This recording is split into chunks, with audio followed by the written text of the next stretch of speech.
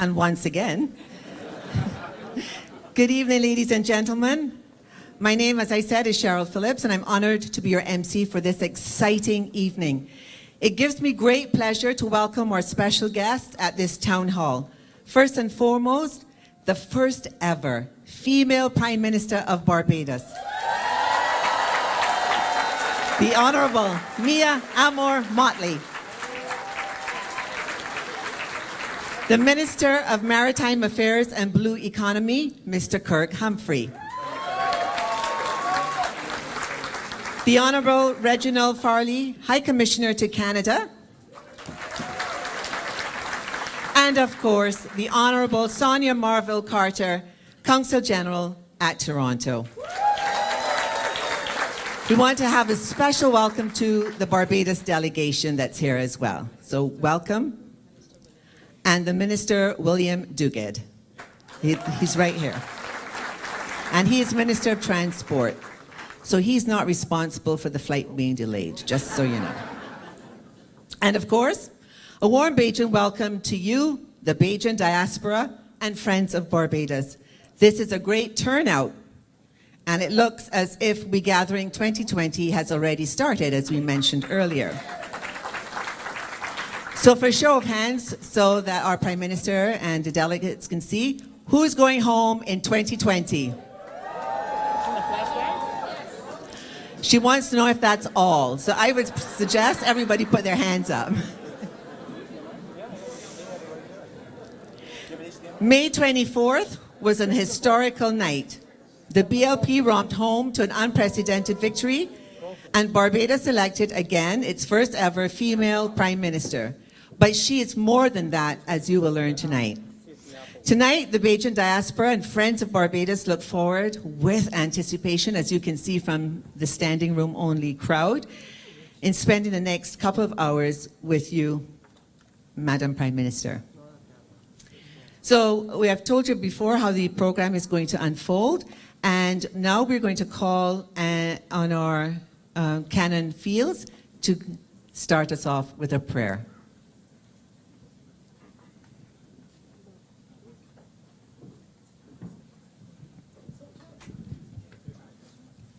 Thank you. Good evening, Madam Prime Minister. And before I say the prayer, may I convey to you from Bishop Peter Fendi his apologies. He would have been here, but he is otherwise engaged. Yes, so please let us pray. Lord, you know our needs before we ask. You know the challenges that beset our native land. You know that the pillars on which it was built are cracked. You know that unemployment is high and there are those who choose to be idle. You know that many of our youth and children are choosing paths that lead to destruction. You know all these things. But you also know that there are many at home and in the diaspora who are willing to work for the restoration of our nation to its place of leadership in the world. Empower and enlighten those who lead, the Prime Minister, her cabinet, and all in whom the people have reposed their confidence, that with no thought of personal gain, they may inspire hope in the land and bring about the transformation that we seek.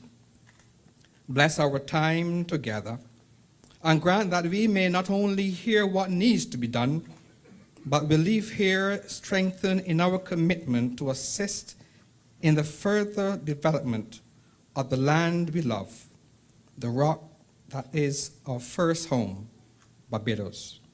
This we pray in Christ's name. Amen. Thank you, Canon Fields. Will everyone please remain standing for the national anthems of Canada, which will be sung by Renee Welch and the national anthem of Barbados, which will be sung by Nathan Richards.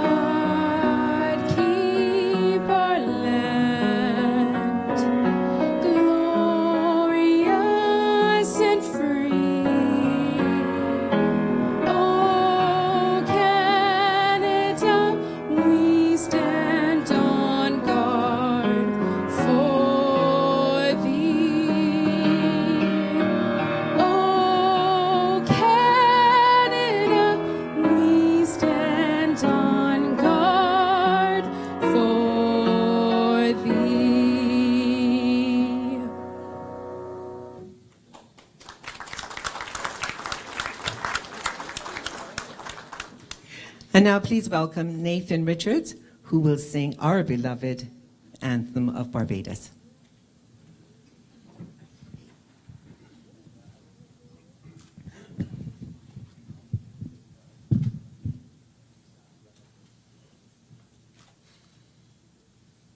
In plenty and in time of need, when this fair land was young, our great forefathers sowed the seed from which our pride is sprung.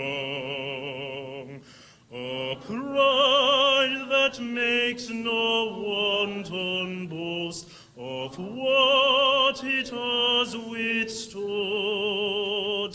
that binds our hearts from coast to coast, the pride of nationhood. We loyal sons and daughters all to hereby make it known. These fields and hills beyond recall are now our very own. We write our names on history's page with expectations great, strict guardians of our heritage, firm craftsmen of our fate.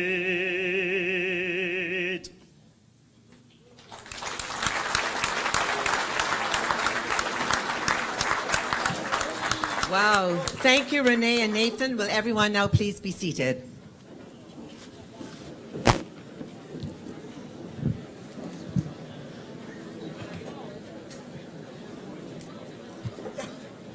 A few months ago, Toronto welcomed our new Consul General, Sonia Marvell Carter. She hit the ground running, leading the organizations into celebrations for independence. That was her first actual major initiative, and she has not stopped yet. So let me tell you a little bit about Sonia, in case, for those of you who don't know. Sonia is the representative of the government and people of Barbados in Canada as Consul General at Toronto. Before taking up her post in Toronto on October the 29th, Consul General Marvell Carter spent 9 years in the public sector in Barbados in the role of personal assistant to two ministers of the government from 1999 to 2008. She went on to serve at the United Nations as Special Assistant to an Assistant Secretary General and was based in New York. Her time spent in the capacity of Special Assistant afforded her the opportunity to play a significant role as part of a strategic team of organizers for the Rio Plus 20 Conference on Sustainable Development held in Brazil in 2012. That conference attracted participation from 192 UN member states and included some 57 heads of state and 31 heads of government, private sector companies as well, non-governmental organizations, and other groups. A graduate of the University of the West Indies with a master's in sociolinguistics and a diploma in business with an emphasis on marketing, she has 23 years experience in the private sector.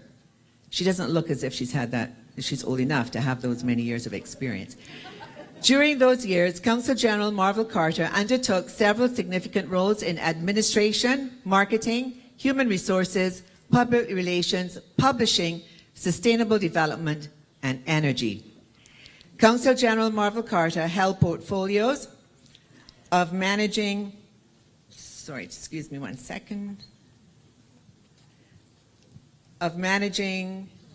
too much to read? No, not really. Managing Director of M3 Management Consultants, as well as Human Resources Coordinator for LM Connections, which is a management company for Flow, the main telecommunications entity in Barbados. Consul General Marvel Carter, who has a working knowledge of both French and Spanish, and we saw that in Montreal yesterday, and was also an English language teacher in Barbados, sees the promotion of Barbados and the Caribbean throughout the world as an important part of her mandate and is committed to further developing relations between host country Canada and Barbados. Identifying and maximizing trade, labor, and other economic opportunities of mutual benefit to both Barbados and Canada are also of utmost importance. Ladies and gentlemen, please welcome Consul General Marvel Carter.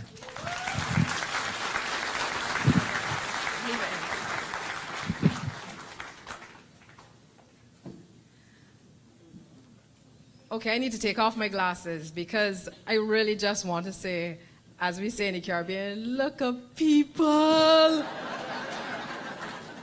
No, seriously, it is just so wonderful to see all of you here. And Cheryl just read a mouthful and then some on me, and I thank her so very much. But it really is not about me tonight. I know y'all are here to hear the Prime Minister of Barbados and some other specially invited guests that we have. I'm just going to say, for those of you who are coming in from maybe even outside of Toronto, I know we have a lot of people in from Hamilton. I know people may even be in from Montreal after the Montreal experience last night. I'm pretty sure some people decided that they would come in for this one as well.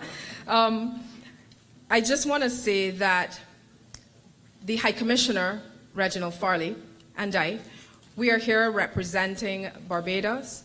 We are here representing you, the Barbadian diaspora, and the Caribbean, really. And we're here to work with you, for you, all kind of things we're here to do. So, just want you to know that you can reach out to us at any point in time. You have our information. We're at the Consulate and the High Commission. I am in Toronto. High Commissioner Farley is in Ottawa. But you can find our numbers and you can reach us at any given time, and we're here to assist. Before I hand over to High Commissioner Farley, I just need to recognize a number of persons who are here this evening with us.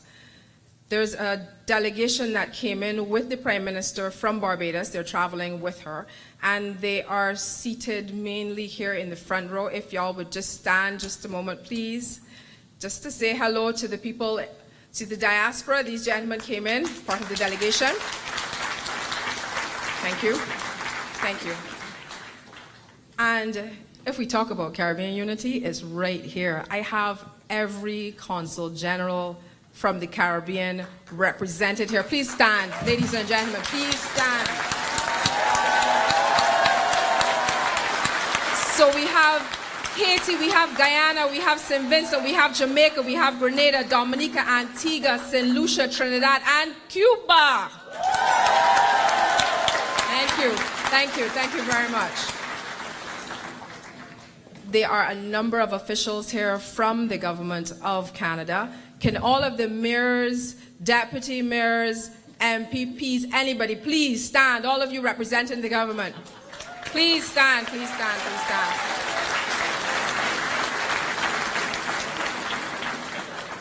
And I said Consuls General from the Caribbean, but we have another Consul General here that's from South Africa. Please stand, sir. Yes. There are very many specially invited guests. As people would say, I can't name them all. But I'm hoping that at the end, when Cheryl comes back to do the vote of thanks, that we can really thank all of you for coming. So not just all of these specially invited guests, the other specially invited guests, which is all of you. You're all specially invited. So give yourselves a hand, please, and thank you so very much. And just one last thing. It would be very remiss of me if I do not do this. I would like all of the presidents of the Barbados associations who are here tonight, please stand. All of the presidents of the Barbados associations, all of you, please stand.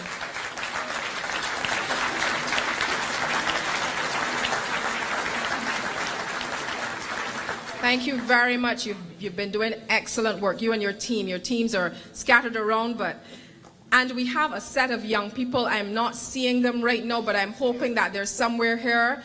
Bridge TO, y'all are waving from the back. Yes, they're in the back. Bridge TO, excellent work they're doing here. Some young people, second and third generation Barbadians. And on your way out, they have a table here at the back. Please have a look, see what they're doing, because just very quickly, they're raising funds right now for, what is it, Tanya? It is coming up for the Thanksgiving. Thanksgiving this year, they're hoping to be able to host all of the Barbadian students and other students who are studying here who do not necessarily have a family to go spend Thanksgiving with. So they're ensuring that they all have a place to go on a nice meal on that day. So when you see them selling things behind there, go spend a little dollar with them and help it out, yes? Thank you very much. Now, let me introduce our High Commissioner. High Commissioner Reginald Farley is a Barbadian accountant and former cabinet minister. He holds a BSc in economics and management from the University of the West Indies, Cave Hill campus. And in 2013, he received his certified management accountant designation from the Society of Management Accountants of Nova Scotia. Mr. Farley is a member of the following professional bodies: the Institute of Chartered Accountants of Barbados, Chartered Professional Accountants of Canada, Nova Scotia Chapter, Caribbean Corporate Governance Institute. He started his career as a teacher and a part-time tutor at the Barbados Community College. He later moved to the Barbados Industrial Development Corporation as a business development officer, and then to the Barbados Chamber of Commerce as its executive director. He was appointed a government senator from 1994 to 1999, and later served as the Member of Parliament for Christchurch East from 1999 to 2008. He was a minister and held the portfolios of industry, commerce and business development, industry and international business, economic development, education, youth affairs and sports, and housing and lands. Yes, he has lots of experience. He represented the government of Barbados on several international boards and committees. And since 2009, he held the position of Executive Director of the Institute of Chartered Accountants of Barbados before taking up the post as High Commissioner here in Canada. I welcome to the podium High Commissioner Reginald Farley.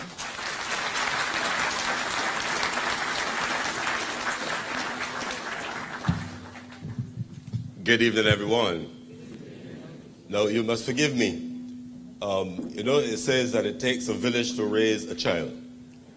I was such a handful, it took 2 parishes to raise me. So I want to recognize my parish of birth, St. George. Any St. George people in the house? Yes. Y'all were loaded when you were in St. George, though, very, very fancy here in Toronto. And then I went to school in Christ Church. I'm hearing a whispering his sentence to mention the school, foundation school. Any foundation people there? They're being very polite too.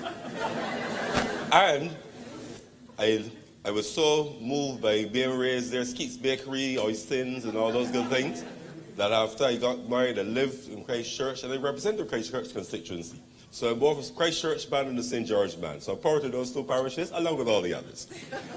So it means that now that I'm based up here, Prime Minister, I need to be able to go home 3 times next year. 1 for St. George, 1 for Christ Church, and 1 for the national celebrations. Now that's the way you make a paid for leave application. But in all seriousness, tonight is not a night that I can speak for too long because our flight came in late from Montreal this afternoon. We were committed to 2 meetings immediately after getting off the plane, which we did, all promoting business. Thank you, Prime Minister. And thank you, audience. Good night to you all.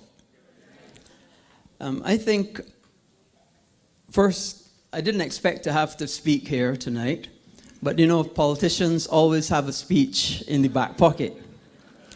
And I've been a politician for quite a while, and I haven't gone into my back pocket, but I'm going to speak from my heart. And I think that's the most important, and those are the speeches that really count.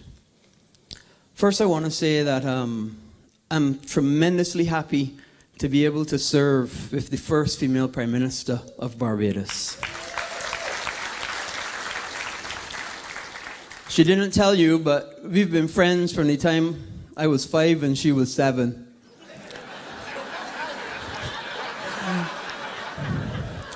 Yeah, we shared the same school, and we've been friends ever since, and our friendship has grown, and I'm happy to serve with her. I think I'm uniquely positioned because, unlike anybody else, I lived for 9 years, 2 weeks in Barbados and 2 weeks in Canada. That meant I got on a plane every 2 weeks for 9 years.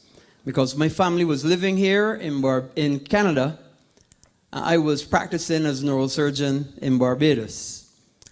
And it helped me to see both worlds, understand both worlds, and to understand how things are done here in Canada. So I feel very much like a Canadian, although I'm not. My wife is a Canadian. But I also feel I will always be a Barbadian. And let me tell you, even every single time that plane touched down in Barbados, my heart began to flutter because I knew I was coming back home. And there is nothing like landing in Barbados again. Now, I've lived many places. I lived in Wales for 5 years. I lived in Ireland for 3 years. And I've lived in Canada every 2 weeks for 9 years. But I want to encourage all of you, Barbadians, friends of Barbadians, family of Barbadians, extended families. Come home in 2020. Come and make Barbados great again. Come and feel that flutter in your heart when that plane lands. And come and help us put Barbados back on the road. I thank you. God bless and good night.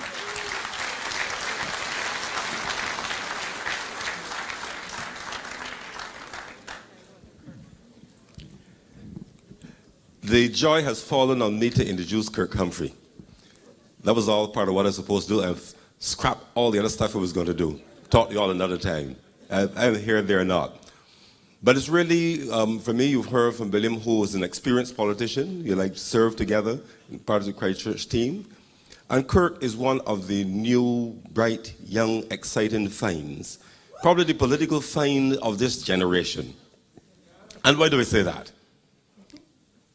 Kirk is energetic, he's empathetic, he's as handsome as a rock star, he's as fit as an Olympic athlete, and he's as bright as a star. he is almost too big for Barbados.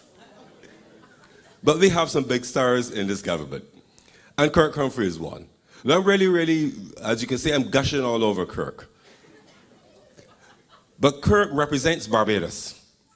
Kirk represents the dream and the reality that where we are born and how we are born does not have to determine how we live and where we will be at the end of our days. Kirk is emblematical of what hard work and determination, as well as enablement by the system and the society, can allow us all to reap the benefit of his time, talent, and treasure. Kirk is like the boy next door, born in the Pine. Kirk played football, cricket, ran about like everybody else. But he went to school and he learned well. And even when it was hard to get there, Kirk went to school and he learned better.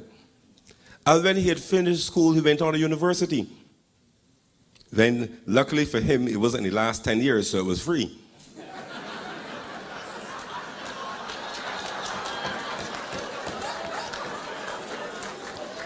And I'm happy to say that for the Kirks out there coming on, it's free again.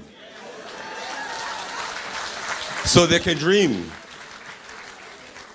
And Kirk went to University of West Indies and got a bachelor's in management. Great achievement, but not enough for Kirk. He's an overachiever. He went on to do a Master of Science degree in public policy at the London School of Economics. And if you've heard of that place before, it's a place that our Prime Minister went to, and many other distinguished world leaders. So in a sense, once he stepped through those gates, he was destined for greatness. He was destined for greatness before that. But as if that was not enough for that overachiever, that handsome, muscular fella, he had then to go to Harvard and get a Master of Arts degree in public administration. Harvard University, that one. And this is not a, you know that you get, you had Filene's bargain basement. A lot of stores had a main store and a second rate. This is the real Harvard, you know, this upstairs. This is no fake thing. But with that background, Kirk could have contented himself with his professional pursuits, raised his family, looked after himself, mind his business, but that is not Kirk Humphrey. Kirk recognized that given his experience, that he could do something to help those who, like him, just needed the encouragement and the enablement to be able to reach their full potential. And he chose to enter the noble profession of politics. That was not meant as a joke, that was a serious comment. I have a tough crowd here tonight. But it is one of the several ways by which those of us who choose to engage with our society can offer to make it better. Others do it through the church, like my good friend Cannon feels. Others do it through NGOs. Others do it quietly as the grandmother who doesn't work anymore, but who looks after all the neighborhood children. I remember Auntie Paxi at West Terrace, who had a grandchild at the school. And when that grandchild left the school, Auntie Patsy kept coming every evening for about 25 years to look after the children who were in the schoolyard. That if the parents came late, as I came late one evening after cabinet meeting about 6 o'clock, and Auntie Patsy was there with my son, she said, no, I wasn't going to leave anybody here. That is how you make a difference. So whether you're Auntie Patsy or Uncle Kirk, he will be Captain Kirk, though. But in all seriousness, his example is one that we should all follow. We can use our time, talent, and treasure, not only to better ourselves for ourselves, but better ourselves for our fellow man. And he went into politics. Most of us went into an ordinary constituency, ran against an ordinary person, and we won an ordinary seat. Kirk went in against a sitting prime minister. Now, people might have thought he should have gone to the Green Gates. You know, remember Jenkins? Now, for those not of Barbadian origin, Jenkins is the colloquial name for our psychiatric hospital. And it had Green Gates, so they used to talk about going through the Green Gates. But Kirk ran against a sitting prime minister and won every box in that seat. He's therefore a giant killer.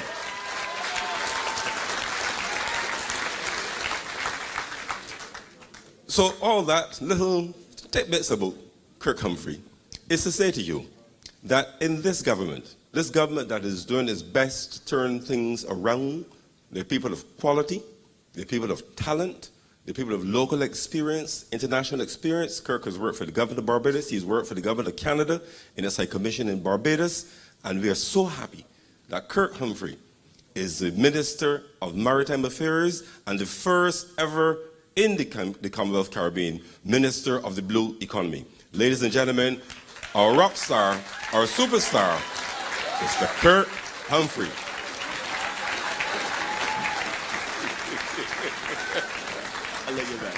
I was tempted to go the other way. Good evening, everybody.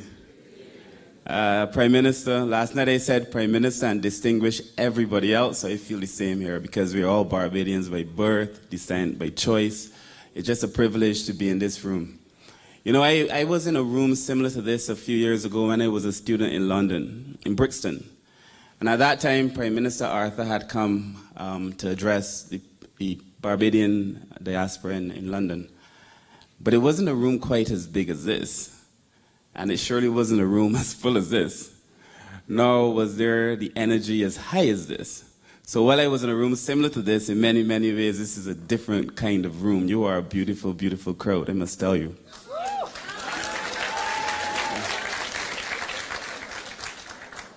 And you know, as I sat there and I listened to Reggie introduce me, my mind went back to my mother. You know, my mother would, in her own Barbadian way, you know, when a call goes out to a son or to a daughter, you know your mother's voice, you know. And my mother had a way of going to the back door and calling me very nicely. You know, she said, "Boy, you get in here." Most Bajans know that. Get in here. I don't know what call you heard, but I'm very glad that you answered the call. And in many ways, this really is about us answering a call. Whether we choose to answer the call in politics, whether we choose to answer the call in business, whether you choose to come here. But for us as Barbadians, there is no a bigger call. I mean, we are all Barbadians no matter where we are. You know, there is something special about being Barbadian. And to the Canadians, there's something special about being Canadian too. But there's something very, very special about being a Barbadian. And I've always felt that way. And when the call goes out for a Barbadian to come, you know, Barbadians show up. And the interesting is that many people across the region sometimes may say Barbadians are quiet people. They accuse us sometimes of being a docile people, you know, Barbadians too soft. But what they don't understand is that there is a strength and a grace and a maturity in the way Barbadians conduct themselves. And that has allowed us to achieve significant things in the region that has propelled us way beyond our size to the extent that Kofi Annan would say we punch above our weight. What they don't fully understand about Barbadians is that we will do for our country what other people may not be willing to do for their country. We will take and we will take and we will take because we trust our leadership. And I would say to you this evening, there has never been a time in my lifetime, and as much as I've read, where I feel we can trust the leadership in as much now as we can trust the leadership of the new Prime Minister of Barbados, Ms. Mia Moore-Motley. And I do not say so just because I'm a member of the cabinet, but because I've seen Ms. Motley in her public moments, but also in her private moments, when we were in opposition and now as Prime Minister. And I feel like the country needs to have this kind of leadership because leadership is what is going to take us out of the mire that we found ourselves in when we came into government. And the word that I want to leave you with is distinction. And I feel Barbados must operate by distinction. We've always been, distinction in two senses of the word. The first sense being different. You know, you're distinct, you're different. And we've always been different. We've always shown some distinction one way or the other. We've decided that this is how we want to operate. We want to conduct ourselves in a certain way, but also distinction in the other sense of the word, to be excellent. Because Barbados now demands excellence from all of its people, regardless of whether those people are based in Barbados, whether they have been to Haiti, as many Barbadians went, and some of us may forget, to Guyana, whether they are now in Boston or Britain, or whether many of you are here in Canada, we demand from all of us now excellence. And the truth is that even though the ambassador may be, the High Commissioner may be Reggie, and the Consul may be Sonia, all of you are ambassadors for the country. Every time you interact with somebody, you are an ambassador for this country. You may not reach as many people as Rihanna does, but you can get as deep in every single individual interaction as perhaps Rihanna can. So all of you now are carrying the banner of this country. And so when the call is made, as we've made the call for you to come home in 2020, I hope you answer the call with the same strength and with the same numbers and perhaps even more than you've answered the call this evening. Because if there's anything that is true about who we are and where we are now, is that Barbados needs each and every one of you. And there's never been a time more important than now for you to recognize your own Barbadianness and to serve your country. So I want to thank you for coming out this evening. I want to implore you to stay the course, which has now become the Prime Minister's phrase. But stay the course with us. I promise you that we will get through all of this together.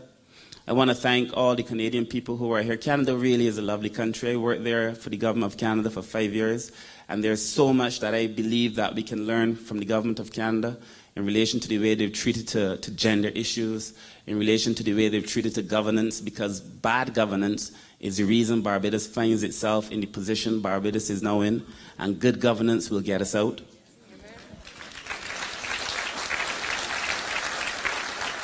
But also in relation to the way they treat to climate change and the issues that face the country. Barbados, as most other small island developing states, most of the countries in the region, we are about to be victims of a war that we did not start.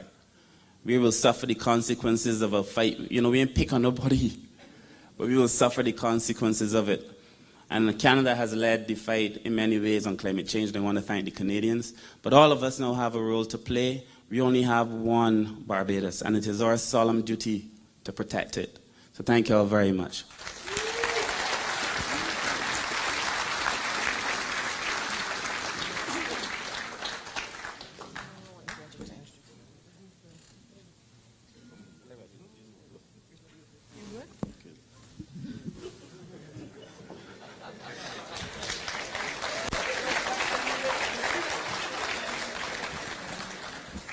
You can't be introduced when you started already.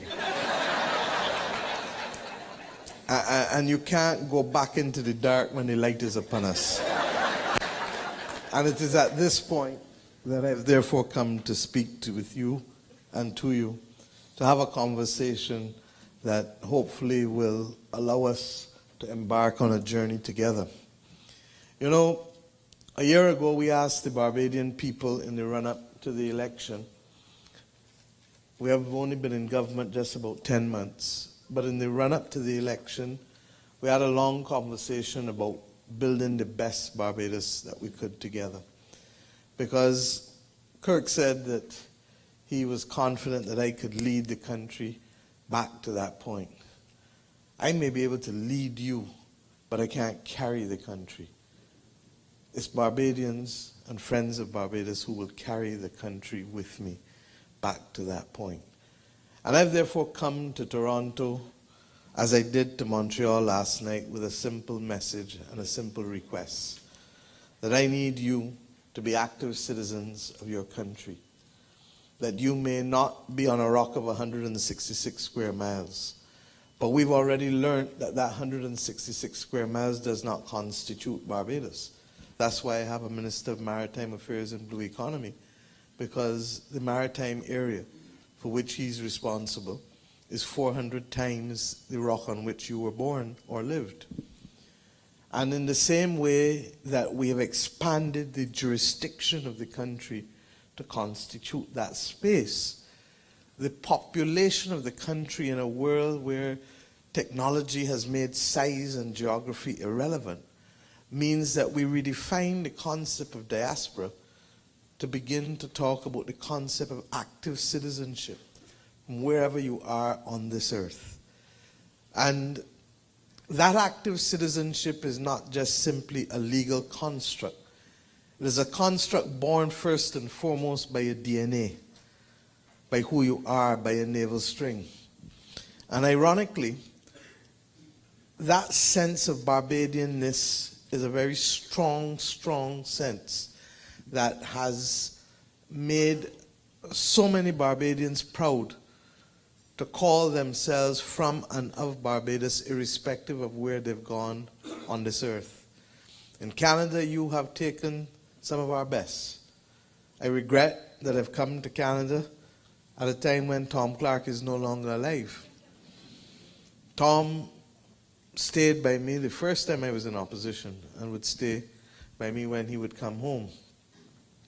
And he, perhaps through his mastery of the word, exemplified some of the best of what we are. And while others may think of all of his glorious long books as their favorite, my favorite is Pigtails and Breadfruit. Not because it's also my favorite to eat, but also because of the journey and the language and the stories told in that book. And if you have never read it, then I want to commend to each of you, go and get a copy of Pigtails and Breadfruit by Austin Clark. It is a wonderful, perhaps the best cookbook ever, but it tells the story in a way that is so majestic and graceful at the same time that reflects the Barbadian life story. But it isn't only about that. It is about recognizing that you really can play a part from wherever you are. The only thing that technology does not allow us to do is to hug each other. And as I said, I can blow a kiss to everybody in Barbados now. But I can't hug them. And that's the only thing I can't do. And more we are reconstructing our conversation and our engagement in a way that allows us to be able to have you play that role of active citizenship. And why? Because we can't do it alone. And scale does matter in this world. Last night I told a story in Montreal, as I've had to do within the Caribbean community, and I'm happy to welcome all of the Consuls General who are here and to thank you for taking the time to come out this evening, and indeed those from outside of the region, from South Africa, from Cuba, and of course from all of you within the Caribbean community who are our immediate brothers and sisters. But the untold story of the region is the extent to which we have really never achieved our full potential. And we haven't achieved our full potential because we've never leveraged the numbers, whether in terms of immediate population or now, as I'm seeking to do, through active engagement of citizenship across the global community. Suriname is larger than the Netherlands, but Suriname has a population of 580,000, while the Netherlands has one of 17 million. Guyana has a population of 780,000, but has the land space of England, Scotland, and Wales, which has a population of 65 million. Belize has a population of 380,000, but has the land space of Israel, that has a population of about 8.5 million.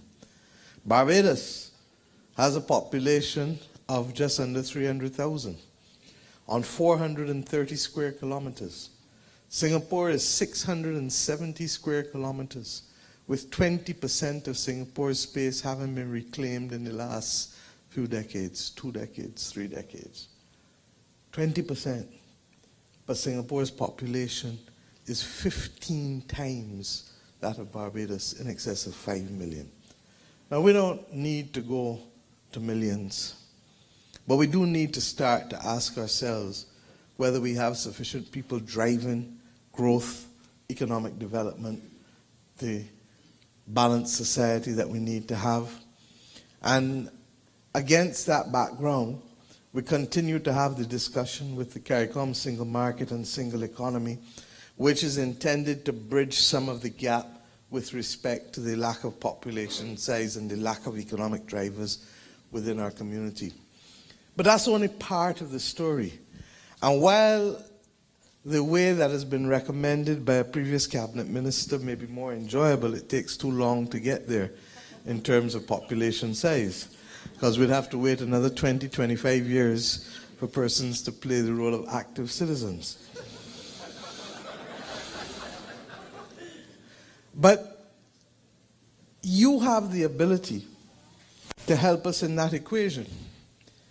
And I, therefore, took pleasure in being able to launch Vision 2020 and the Gathering 2020, because 2020 must be that year when we seek to perfect the vision. When we seek to perfect the vision for building the best Barbados that we can build together. And we don't need to be on the rock 24/7, 12 months a year in order to be part and parcel of that mission. We do need to do it systematically, and that's why we have been fortunate enough to be able to have a coincidence of interest in that there are 12 months in the year and there are 11 parishes and that of a nation state. So that we're going to start from St. Lucie in the north, and we're going to go to St. Peter in February after we leave St. Lucie in January, and we're going to go right down till we get to Christchurch in October and St. Michael in November. And we're going to stop one day before the end of November, because we want to start the nation's journey for all Barbadians on the day on which we celebrate independence, which is the 30th of November, and carry you to the 31st of December. And why do we want to do all of these things? Because, first of all, you have to come home twice. People like Reggie have always been greedy, and therefore he wants to claim 2 parishes and come 3 times. But a little greed never killed nobody. So he can do that. But it is important for you not just to focus at the macro level on the nation state, but I want you to focus on your parish and your community. And I want you to start to engage on what are those things that constitute citizenship. Because citizenship is not just about being able to cast an X once every 5 years. Citizenship is about building and nurturing and maintaining the things that matter, the institutions that matter, the families to which we belong, the communities that matter. And we come from a proud heritage. We come from a people that have known what it is to be resilient, but equally that know what it is to build and claim ground and build and claim ground and build and claim ground. That's why many of you are here in this country. That's why many of you have excelled here in this country. And I'm saying to you that if, as Kirk said, that we, if ever we needed you, it is because we believe that Barbados has a special place. And we have known what it is throughout our history to be able to punch above our weight. And we must know it again. We live in a world that is particularly and peculiarly challenged at this point in time. Many of us 20 years ago would never have thought that you're going to live in a world that is going to present challenges that your grandparents and your great-grandparents faced 100 years ago, between 2 world wars, on the eve of the implosion of the stock exchange in the US, causing the Great Depression, leading to the kind of economic catastrophic consequences that led FDR to come up with the notion of bank holidays, because simply you had to close down all of the financial institutions in order to right-size again what was happening. And we took a lot of things for granted. But the world in which we live has one certainty now, and that is instability. But that instability for many can cause people to be pessimistic and anxious. That instability for many can cause people to be bewildered. But what is our story? And what is our journey? We have had as a people to learn to conquer adversity at every step of the way. We've learned to be resilient. And I want to suggest to you that our size and our historic experiences and our DNA combine to give us a unique opportunity as a small nation state, anchored in values that have stood the test of time, recognizing that principles only mean something when it's inconvenient to stand by them, as is happening with us now. That we have the ability to stay the course and to be able to come out on the other side of this instability with our heads high, but with our society and our economic growth potential intact. And why do I feel that way? Because we know what it is to operate in unstable conditions. Instability can cause other people to lay flat on the ground. Never did to your grandparents or great-grandparents. Instability can cause people to just say, I'm not in it, opting out of the race. And the truth is that there have been some times on this journey when people ask me, how has it been? I say one word, intense. Because it has been intense. Because we're not only trying to restore an economy, to save the dollar, to anchor a society, to deal with a global community that all of a sudden does not recognize that its first responsibility is to preserve the world in which we live. And I'll come to each of them very quickly. Because if you don't understand the challenges and you don't understand the journey, you can't make it successful. And part and parcel of what has saved us, as I said, is that first of all, we don't get nervous in unstable conditions. You stay focused and you stay rooted. And we have mastered that through generations. And I'm asking those of you who are here to work with us, because that's what makes the difference. When I say many hands make light work, it's not because I want to repeat something I learned as a child. It's because it means something that is true. And when I say do unto others as others do unto you, it's not because I like repeating the golden rule. It's because it works. It works, Karen. It works. So that we have a unique opportunity to use who we are to confront the challenges and difficulties that have been presented to us. And why do I say so? We inherited a government where the reserves were less than 430 million, Governor, and where we were about to enter, and that's Barbados dollars, not US nor Canadian.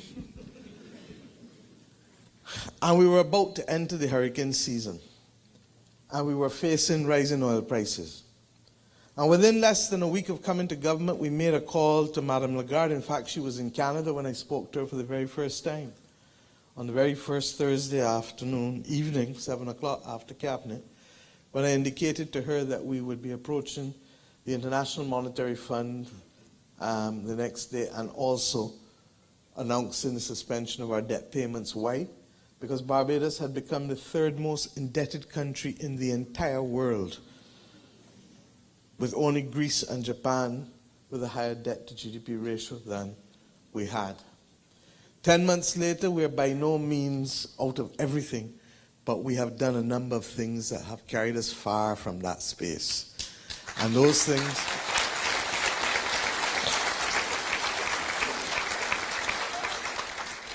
And if you haven't seen me before, I have to beg for forgiveness tonight. It is because you can't go visiting and studying outside when you're trying to stop the patient from bleeding.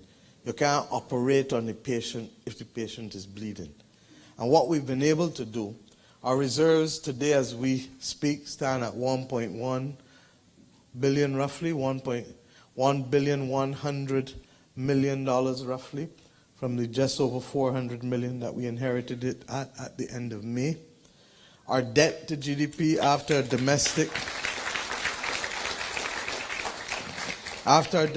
debt restructuring has been completed has gone from 171% debt to GDP to 125% or so, and we are in the process, hopefully soon, of completing our foreign debt restructuring, but our foreign debt was always only about 20% of our overall debt, so that's much less than what we've done thus far. And more importantly, we started to see the signs of the real currency that we want to protect, apart from the Barbados dollar, the currency of confidence, the currency that causes people to believe that we are going to do this because we know that we are going to get better and better and better and better. And people only invest when they feel that they're going to get a return on their money. They don't go and invest when they feel you're going to take it from them. If not, you're into a form of political trick cards. People invest when they feel that they're going to get those returns. And the good news is that is what is coming back. One of the things that we've also done to be able to tell you and to allow me to make these journeys this week, to tell you that we're serious, is that we're also making it easier for you to become part and parcel of that citizenship and that engagement in our country. You know, the fact that we are talking to people at home as I talk to you shows you the potential of technology. But as I said last night again, part of the difficulty is that for decades, we heard people say, oh, we want you to come home and use your skills and your investment and this and that and skills. And the databases have never been properly managed. Well, Jimmy Cliff had a song. I warn you, I can't sing, so I ain't singing. In fact, the fact that I can't sing is what got me as Prime Minister. Because if I could have sing, I wouldn't be here.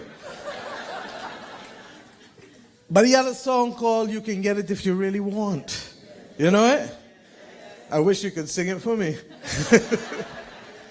But that song tells us you can get it if you really want, but we must try and try and try. You'll succeed at last, right, Smasher?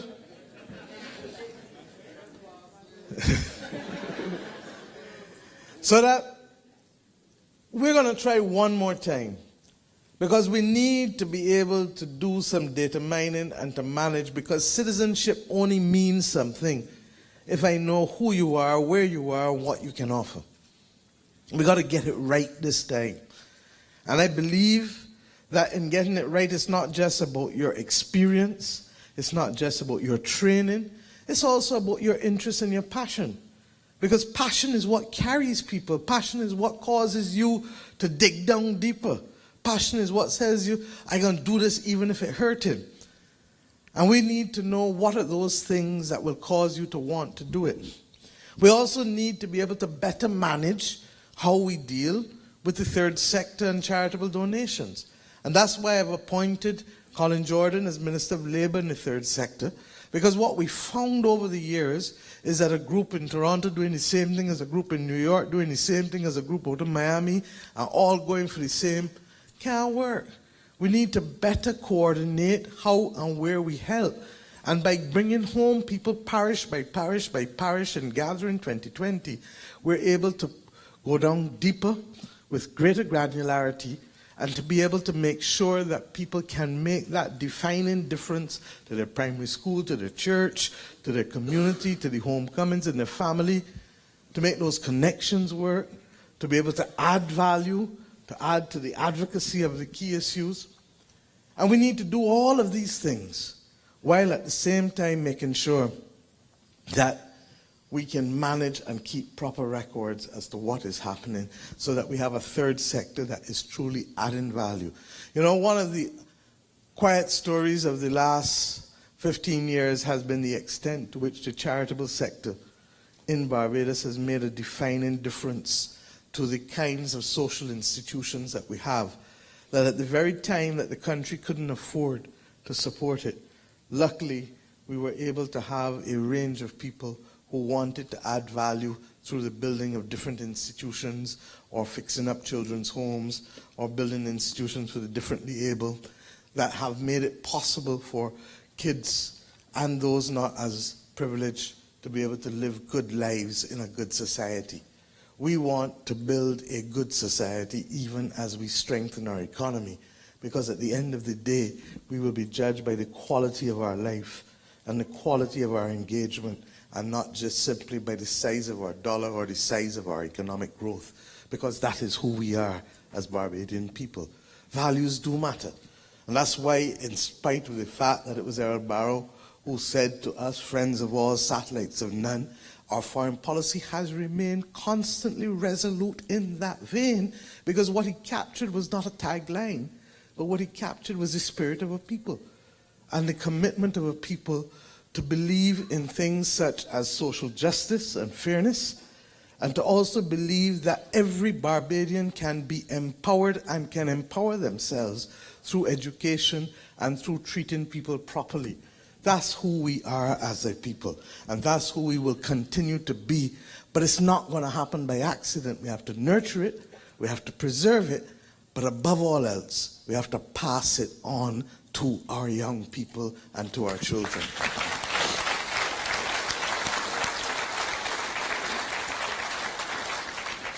And we have seen from other nationalities that the importance of forging that identity does matter.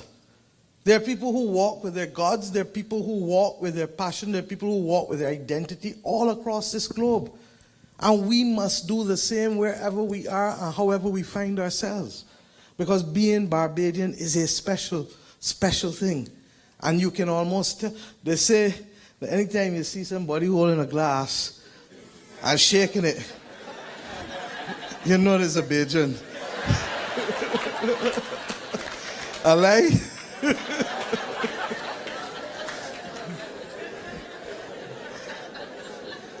And a number of other quirks. If I were here with the Irish, if the Irish were here, I would say that there's one word that caused me to know that the Irish helped settle Barbados. So one word and one word alone. But we can't repeat that word in polite company. Suffice it to say, though, that there are distinct things that identify us, and that's what matters. But as we relish and reflect on them, the truth is that we have to nurture it, and we have to protect who we are, and we have to uplift who we are.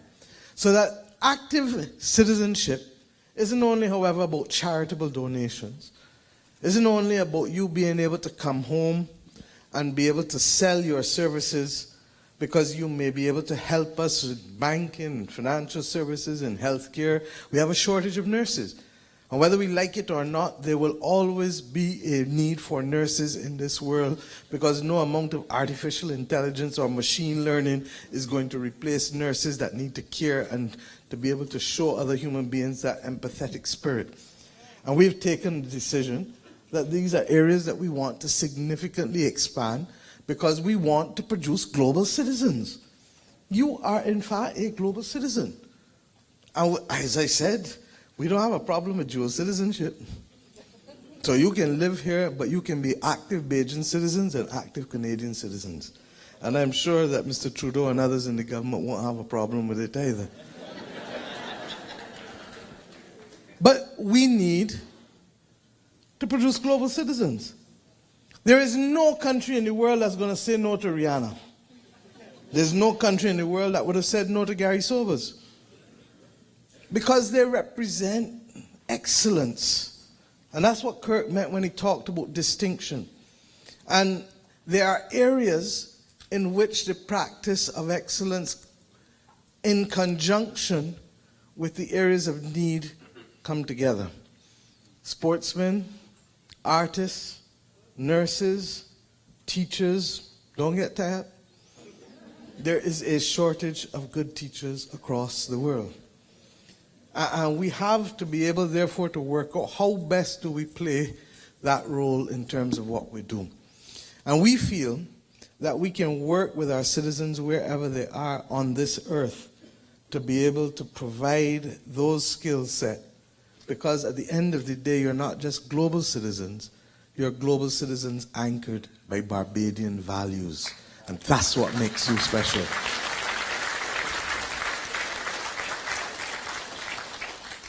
But the last part of the equation, beyond those things, is not just the donations, it's not just the skills, it's also your ability to invest.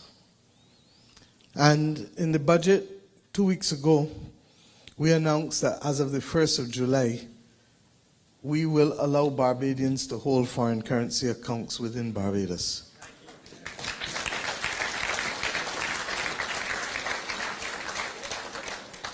Now that's important because many of you may have wanted in the past to be able to open some bank accounts at home. You got family at home.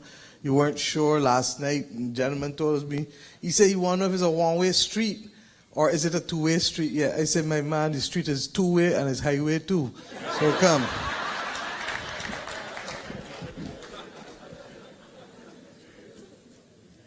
And the truth is that we need Barbadians to be active citizens. You can't be active citizens without feeling that you can have a bank account and still be able to conduct business where you are and where you live. And by allowing for the foreign currency accounts, this gives you far greater freedom than existed before. With respect to properties that you hold, if you're going to sell the property and the property is going to garner a sale in foreign exchange, then we will allow you to take the money straight back out, because when you bring in the foreign exchange, when the person brings in the foreign exchange to buy your property, there is no net loss to the stock of foreign currency. But if you're going to sell it for local currency, then the governor of the central bank will still want to apply his rules of capital appreciation. And I will simply say that Rome was not built in a day. But once you are selling it for foreign currency, so if you're selling it in Canadian dollars, US dollars, British sterling, euros, you'll be able to take the money out once that money comes in and it goes back out one time.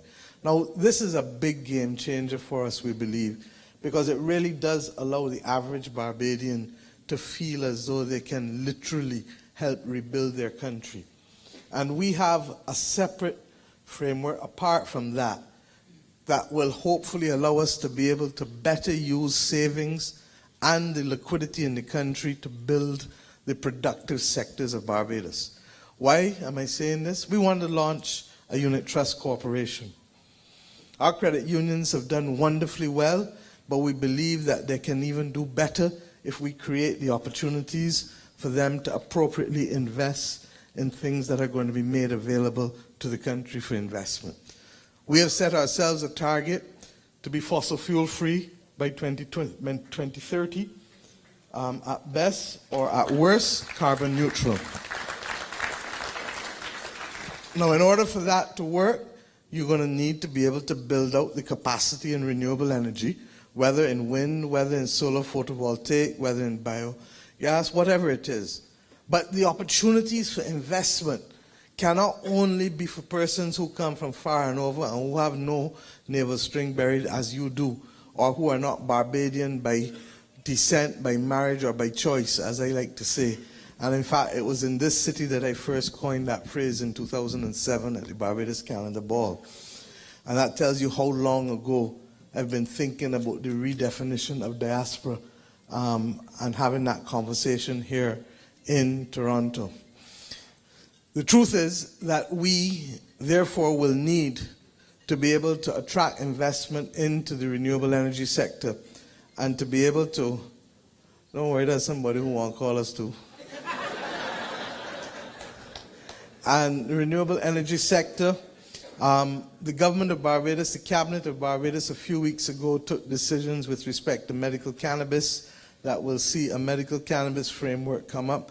I know that this is a big issue for you in Canada, and because Barbados has been that place that has ranked number 2 or 3 for Canadian enterprises to invest into Barbados as a domicile, to be able to invest into the rest of the world, these things are important, because you can't have conversations that will cause people to feel that they may be guilty of proceeds of crime or act, or guilty of money laundering, when in truth and in fact, once we can create the legal and regulatory framework, it means that commerce can be conducted without the banks having to worry about risk factors that would otherwise stop them from being able to bank funds for people involved in it on both sides of the Atlantic. So there's some interesting things that will go on. Similarly, at the Barbados Stock Exchange, we want to create a growth and innovation framework, because why? There are a number of small and medium-sized enterprises that need to be able to be the beneficiary of investments, and equally, you can't survive at 0.1% as the interest rate for your savings. You nor the people, your family in Barbados, can't do it. In fact, you are ending up paying the bank to keep your money there, rather than the bank paying you to use your money to lend to other people. And this just don't make sense. And we really don't stand around things that don't make sense for too long. So we need to find ways of creating opportunities for people to get better returns on investment. Now, what is the blockage? The blockage is trust. And trust is first fostered when information is available and when actions are transparent. And if we can get and flow that information so that people can make decisions based on the best possible information, and where they don't have to think and worry about whether there's utter and complete transparency, then people will take a chance, not with all of their savings, but to take a chance with a quarter or a third and say, look, let's put something there so that we can get a return on it, rather than us being a victim only, as I said, of 0.1 or 0.05% from a bank. So these are some of the interesting and exciting things, but at the same time we have challenges, and we're dealing with them. We've had a justice system that has not worked well for the better part of the last decade in particular, and a few months ago I announced that we would establish 3 more criminal courts to add to the 2 that we have, in order to be able to get rid of the backlog, but also to allow us to deal with dispatch with the most serious cases within our criminal sector. Similarly, we are establishing a dedicated commercial court, because we need to have people be able to resolve disputes within the commercial sector within a short period of time as well. And to that extent, Parliament has voted the money for all of these additional courts, and we've also amended the legislation to allow a distinguished panel of persons, which will include both a former Chief Justice of Barbados and a former President of the Caribbean Court of Justice, to interview applicants for the position of judges. Why? Because I don't feel as Prime Minister that I need to handpick somebody as a judge. I want to be able to get the best people for the jobs.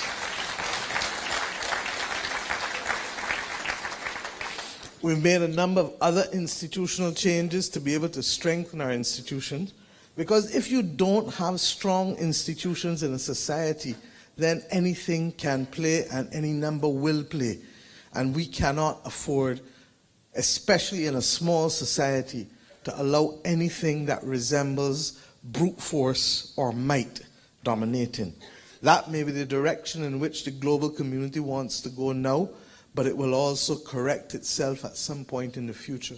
And that's what I meant earlier when I said that our nimbleness and our capacity to weather the storm of instability is what will anchor us. Because even when those things happen, we do not and have never accepted that might is right and brute force is acceptable, because we believe that the rule of law and principles stand for something. That's why Bajans tell people, you can't unfair that person. That's why we feel strongly about the underdog. That's who we are. That's who we are. And that's why our relationship with Canada is so special. Because in a very real sense, Canada stands for those values. Last night when I was in Montreal, I reminded them that to start off this series of meetings in Montreal was special. Because as we talk about the National Population Commission's work that we've set up at the end of last year to help us with these difficult decisions in terms of economic growth and balancing the constitution of a nation state, the best example that I can find for Barbados to learn from is in fact here in Canada. And the discussion that Canadians had in the 1960s in being able to balance the needs of a French community that wanted to have its own identity and independence versus the rest of Canada that was going within the context of an Anglophone Canada, and how Pierre Trudeau was able to manage that and to celebrate diversity. And then also to understand the need to manage migration. You don't expand the population by serendipity and by allowing the doors to open and everybody to run rampant. You manage it. And you manage it in a way that makes sense for you and makes sense for them. And that celebration of diversity, but within the context of the values of the nation, is what matters. And I can think of no better global example than Canada.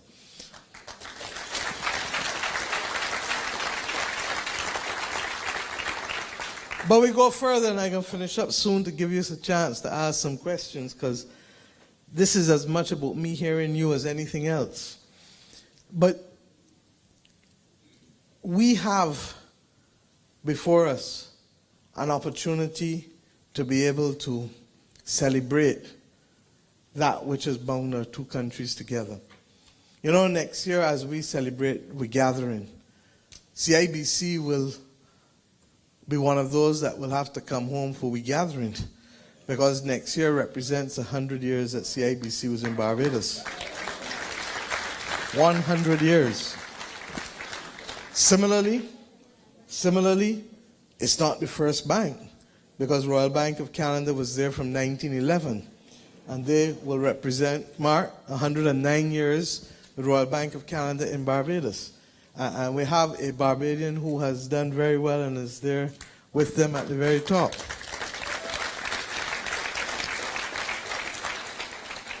Scotiabank is a little younger. Youth may feel better as a human being. I'm not sure if it feels better as an institution. But, but suffice it to say that our relationships are deep. Canada sent a trade commissioner to Barbados in the year 1907. And that trade commissioner treated to the entire Caribbean from Barbados, right there where the Queen Elizabeth Hospital is. So that what we're talking about is not come here lately, friends. This is deep friendship. And this is deep partnership.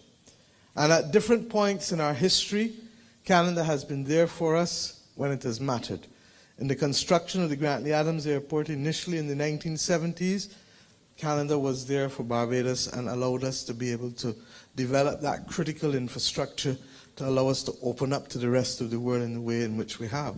It is true that that airport is now way beyond due for expansion and for upgrading, and it is against that background that my government has taken a decision, and later this week I meet with the IFC in Washington, D.C., that we will continue to own the airport, but we will put out a long-term concession that will see the airport significantly upgraded with an additional expansion and upgrading of all parts of it, because we believe that Barbados can be that hub of choice for the southern cone of the world. If you fly straight across the east over the Atlantic Ocean, within 5.5 hours you're in Ghana.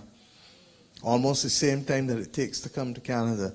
My brother from South Africa, if you come from South Africa to Barbados, you can get on to Miami or to Panama or to Latin America in a hop, skip, and a jump thereafter.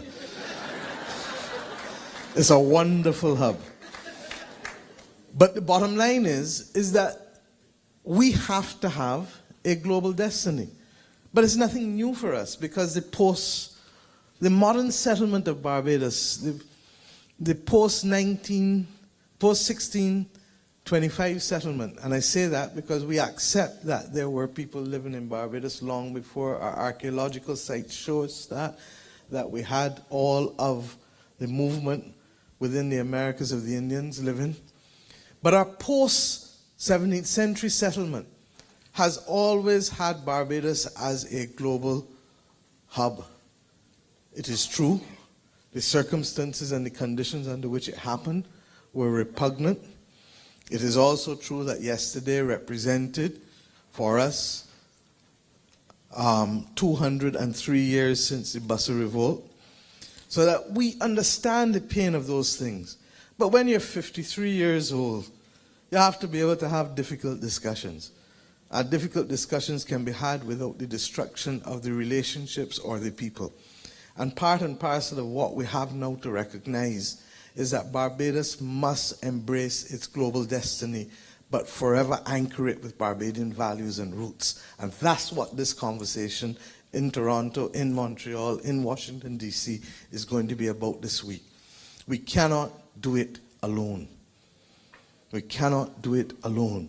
And we need you to be active citizens of the country that you were either born in, that your parents were born in, that you marry somebody to, and if you don't love the person you marry, don't stop loving Barbados.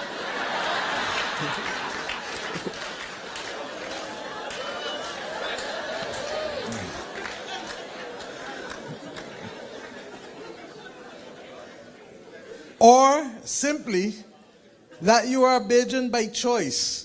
And I've said already that a Barbadian by choice is always the most passionate because you have chosen to love us. And you have therefore become the most passionate. The ones who are descendants may be the most nostalgic because your parents and your grandparents tell you about the sugar cakes and tell you about the cobblers on the beach and tell you about the juicy, red juicy and the orange juicy and the sweet bread and the liver cutters, juicy and milk and the snow cone with the condensed milk. And you get it. You get it. So you know those stories, and you pass on those stories. And I want you to, because that's how we retain the essence of who we are. And next year must be about your children and grandchildren coming home to love the country that defined you. They defined you. The country defined you. How do you think we feel whenever we see Eric Holder stand up and step up? First American, Afro-American to be an Attorney General in the United States of America. Bajan, claim that. You understand? And there's so many others I can call. But the bottom line is that when you see these people, they tell you always, as Shirley Chisholm did when she excelled and became the first African-American woman to sit in Congress and to be able to run for President of the United States of America. And how could a little, small, fine, twine woman, black woman, coming out less than a decade after the Civil Rights Act was passed in the United States of America, and she dared to do what? To run for president in the same race as George McGovern? And you ask her why. And she gives and pays tribute to her grandmother in Vauxhall, who helped raise her.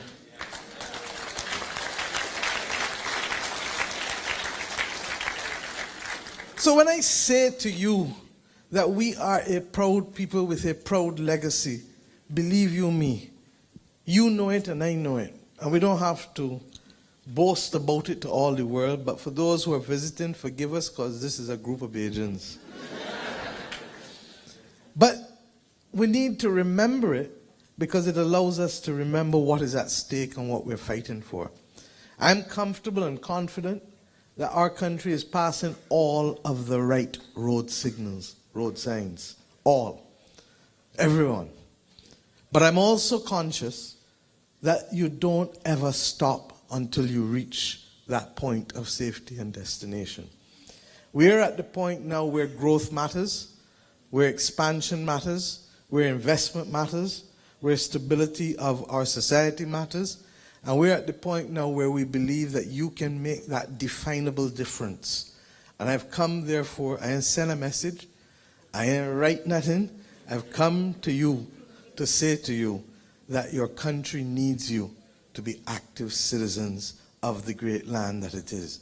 And if we can do this together, I promise you that you will not only see us succeed, but you will see us play our rightful role in reminding this global community that the Caribbean community cannot be invisible and cannot be dispensable, that the Caribbean community stands for something, and that we have the ability to agree and disagree without wanting to destroy friendships as we are doing with Venezuela, that we believe in principle, And that respect for principle and the rule of law is what the global community needs now more than ever, because we have seen the worst examples of brute force and might threatening to destroy what we thought was settled in the last century.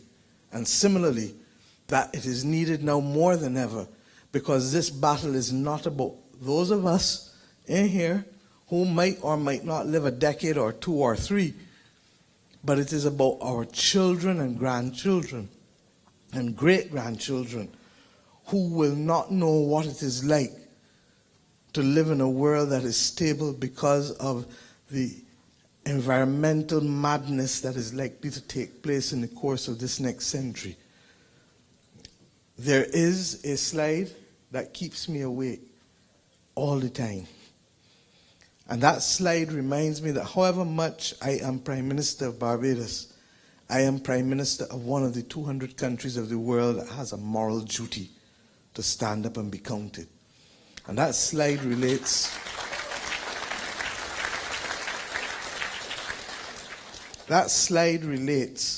to the fact that climate change up to 3 degrees will cause serious damage to Greenland, the Arctic and the Antarctic summer sheets, and to the coral islands of the world.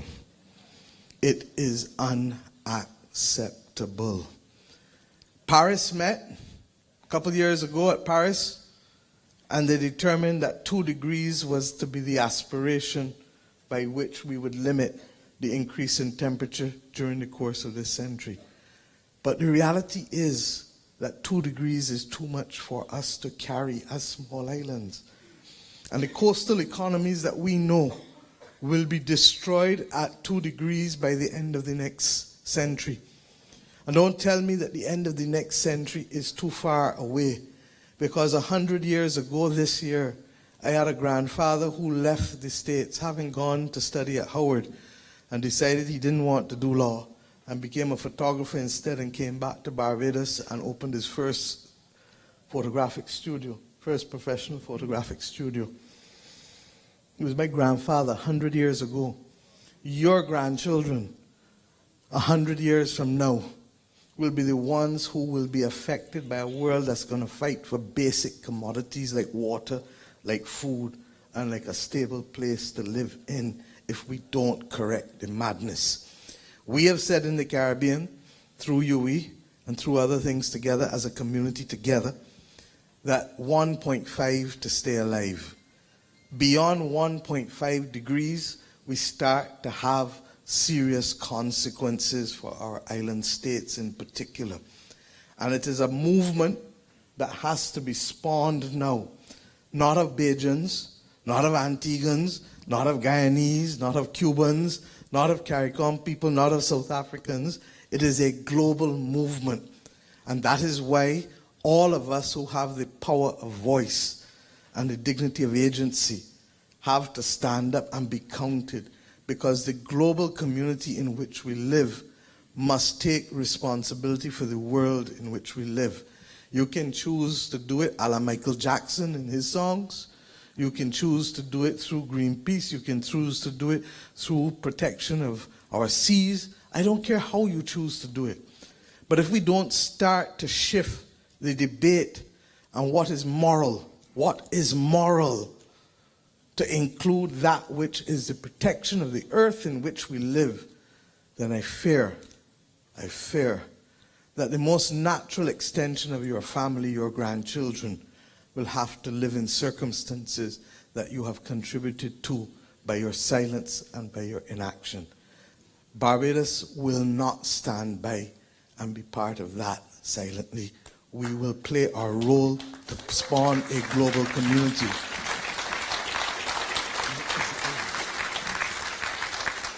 But that statement, Barbados will not stand by idly, only means something if when I do so, I see you standing behind me. And I see when you do so, somebody else standing behind you. Because as our grandparents would tell us, one blow is do what? Warm blow is kill all. If you want me to be decent, then I'll use the language of Mahatma Gandhi and say the change you want begins with you. But it all says the same thing. So my friends, thank you for coming out. I look forward to hearing from you and taking some questions. But believe you me, the moment is upon us where inaction is not an option. And what is required is active citizenship and active engagement of a global community. Thank you and God bless you.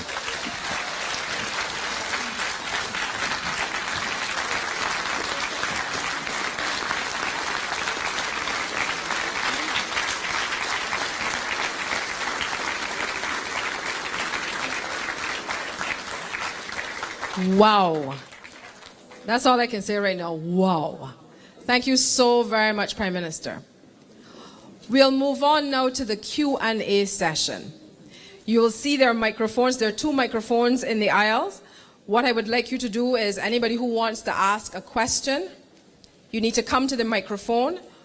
I will do it in blocks. So if we have questions, you can ask 2 questions or 1 question per person. But if we have like 3 people, we'll take the 3 in a block and then the Prime Minister will respond. But please, I'm asking you so that everybody can get an opportunity, or all those who want to ask questions can get an opportunity. Please make your questions concise. So let's try not to ramble too much. Do I see a young gentleman coming? And then I see, yes, there are 2 microphones. You can stay. Thank you. All right, so while y'all are and y'all realize it's getting kind of late, right? So if you want to ask questions, please come forward. But but if you don't want to ask questions, that's all right too, because it means that she said everything that you wanted to hear. Yeah? And there's nothing that needs explanation. So that's fantastic. All right, we'll start here with Dr. Treloff. Dr. Treloff, go right ahead, please. Oh, sorry, just 1 second. I have some young ladies. I have 2 young ladies here they're helping. So like I said, I'm going to take 3 questions and then I'll give over to the Prime Minister to answer. So we'll record them. The Prime Minister usually remembers everything anyhow. So when you ask them, she's going to remember. We'll take 3 questions and then the Prime Minister will answer. So being concise, please. Dr. Treloff, go ahead. Thank you very much, CG, and good evening, Madam Prime Minister. Welcome, welcome. Actually, I'm starting with a recommendation that I was asked to share, and I've still got my question after that. But the recommendation actually had to do with the special entry and residence program. There were some comments, a recommendation made that it probably is due for an overhaul when you compare that with, let's say, the Cayman. And this was mentioned to me by a Canadian who is doing significant business in Barbados. And then just my question really is around the third sector. I know you've had an opportunity to see some of the great work that's been done up in St. John, at Verdun, Renewable Energy Program, and just a call out to all the Bajans who came forward and really helped us with our Renewable Energy Program. So you can't hear a thing, can you, Cheryl? No? We're good? Right into the microphone? Yeah, great. So just the opportunity, if you get a chance, to come up to St. John, have a look at Verdun and see some of the work that we're doing there with Renewable Energy Program. So, thanks. Thank you. The lady, the second microphone, please. I'll take a question from that microphone. Yes. I understand that there is some corruption in Barbados.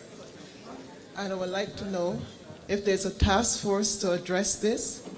As we live here in United States and Canada, we can always be there to check on our land or our property, and apparently some of it is being stolen from us. I would like to know if there's a task force to address this. Thank you. And the gentleman here at the front, this is the final question in this block. Good evening, Prime Minister. Thanks. We have someone in the United States that is charged with sinister activities in the former government. If and when he goes on trial, would you insist that the American government allow you to charge him in Barbados, put him on trial, and allow him to spend his time in jail in Barbados?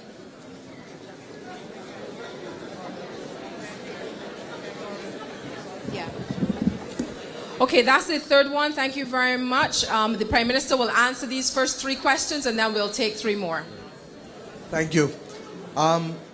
If I may, please, you finished? Yeah. Okay.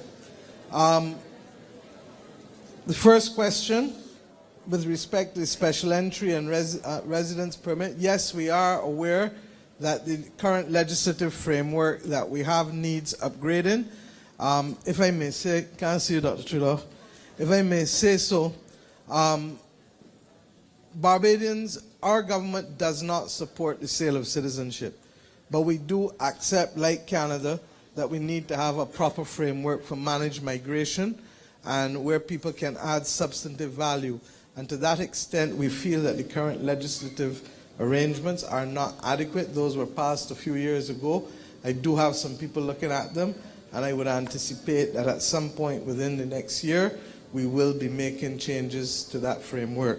With respect to the third sector, as I said, if we did not have the kinds of charitable donations that were being made in the last decade, a lot of people would have fallen through the cracks in Barbados. Of course, it can always be more, but what we are also learning is that people are thinking outside of the box, as with Verdun House and the Renewable Energy Project, and if we can continue to create opportunities that are sustainable in terms of the generation of revenue for charitable purposes, then we will do well. One of the things that we spoke about here recently was, for example, making Barbados accessible to the differently abled community, because we believe that as we seek to generate the work within the capital project sector, that if we can make Barbados accessible and do the things to make us a good society at the same time as creating economic activity, then it's a win-win for us all.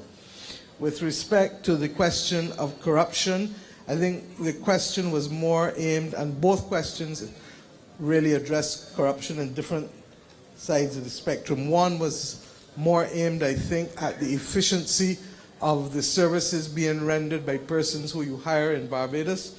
Trust me, the reason why I addressed you on the issue of the commercial court is because I recognize that we continue to have difficulties with disputes. In some instances, it may be criminal. In a lot of instances, it is pure recklessness. And we need to have a higher level of service delivered to people both in and out of Barbados. It is a problem. We had a review when I was Attorney General in 2006. Just before I left, I had a review of the Legal Profession Act. And it is our intention, the last government left it there and didn't do anything with it.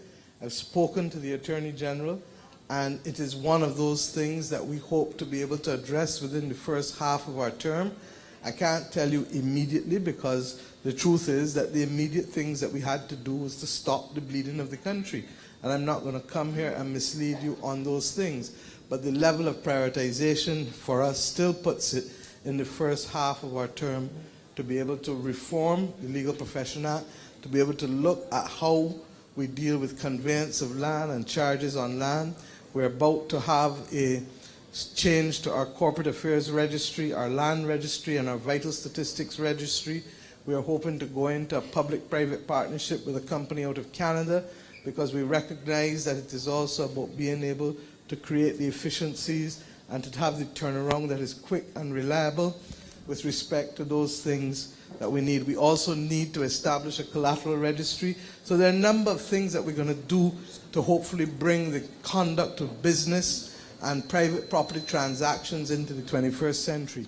We've already passed a new Planning and Development Act to be able to replace a 1965 town planning piece of legislation that literally provided gurkha for a lot of people. I came in, there's still files on my desk with appeals that go back 7, 8, 9 years. And it's literal, we're trying to work down those appeals that have been sitting there for years, while at the same time what we've passed in this new legislation, which comes into play on the 1st of June, is the notion, a new concept of provisional refusal and conditional acceptance. So whereas before the town planning department would just tell you no and nothing else, and you would have to guess and guess and guess until you get it right, that we are saying no, that if we're going to have projects and we're going to refuse We need to tell people not only what triggers the refusal, but what will also trigger the acceptance of the development. And to that extent, if you want to have a conversation then with the planning department, you have 14 days within which to elect to have that conversation, and then they have 28 days within which to resolve it with you. So we're putting some tight timelines that allow the conduct of business to be done in good order. With respect to those other people, however good we put laws in place, I would like to suggest to you, still get an agent or your family to go and look at your land. It is your property. You need to still look out for it, because no amount of changing the laws will ever obliterate, regrettably, people who got bad will in the head for you. And you have always, the first thing that you do if you want to reduce criminal activity in any community or country is you reduce the opportunity for crime. And you reduce the opportunity for crime by being eternally vigilant. So I give you that advice. With respect to the matter to which you referred, I would like to give you a political answer. There's nothing more I would like to do than to give you a political answer. But to give you a political answer would be to be a bad prime minister, and I therefore will not do that.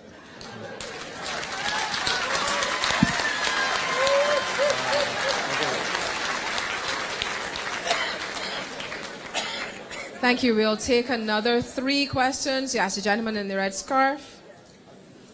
Good afternoon. Congratulations once again to the PM and Kirk. I really and truly want to commend you guys on the banning of single-use plastics in Barbados. It's a very good thing. I have one recommendation in which I think we need to go another step now and go into like the schools and institutions in Barbados and bring about a recycling program as well as a composting program where we have waste food or ends of foods put aside, and maybe have people go around to the schools and the institutions and collect that and then bring it into the households, because once we start in our schools, I think that's a good way for us to get forward.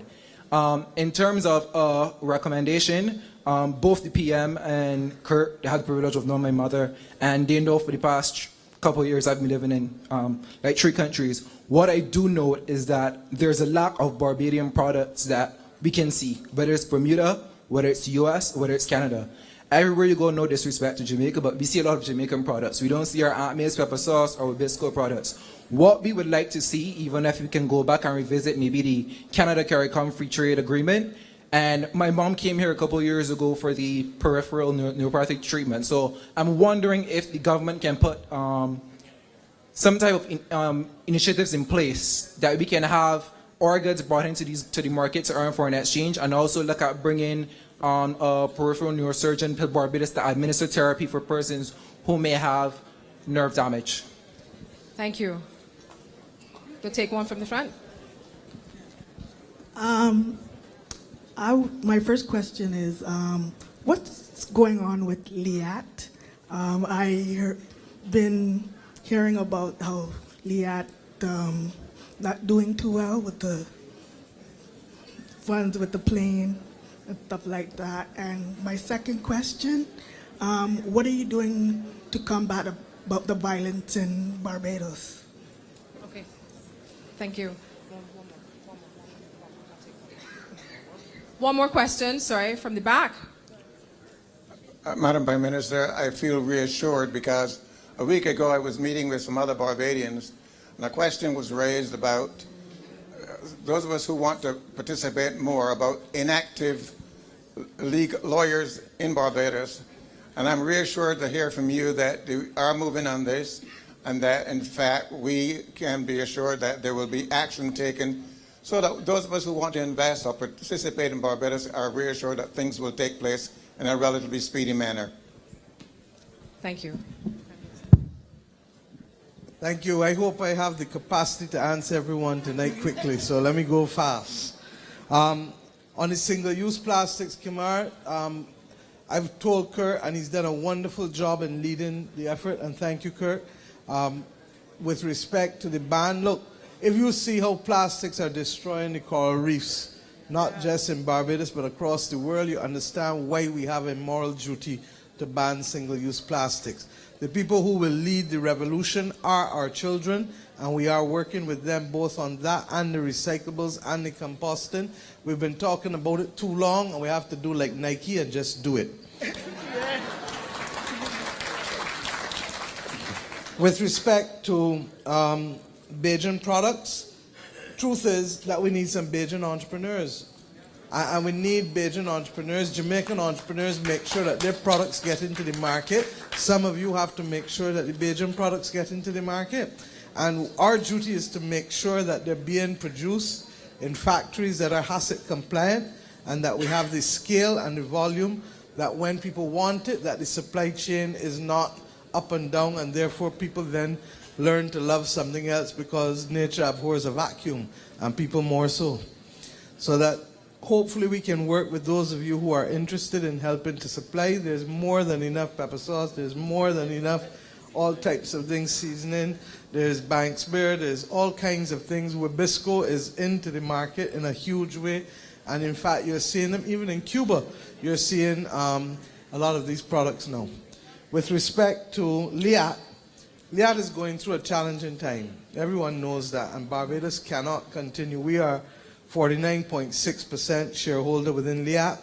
Antigua is the next largest shareholder, and St. Vincent the third largest. The truth is, we've made it clear that we're going to have minimum revenue guarantees from certain governments who may not be shareholders, but who want routes to run that may be unprofitable. If you want an unprofitable route to continue to run, then you've got to pay for it. That happens in every country, across every airline across the world. Liat's problem is that Liat has more shareholder governments than any other airline on this planet and Mars. And it has caused problems.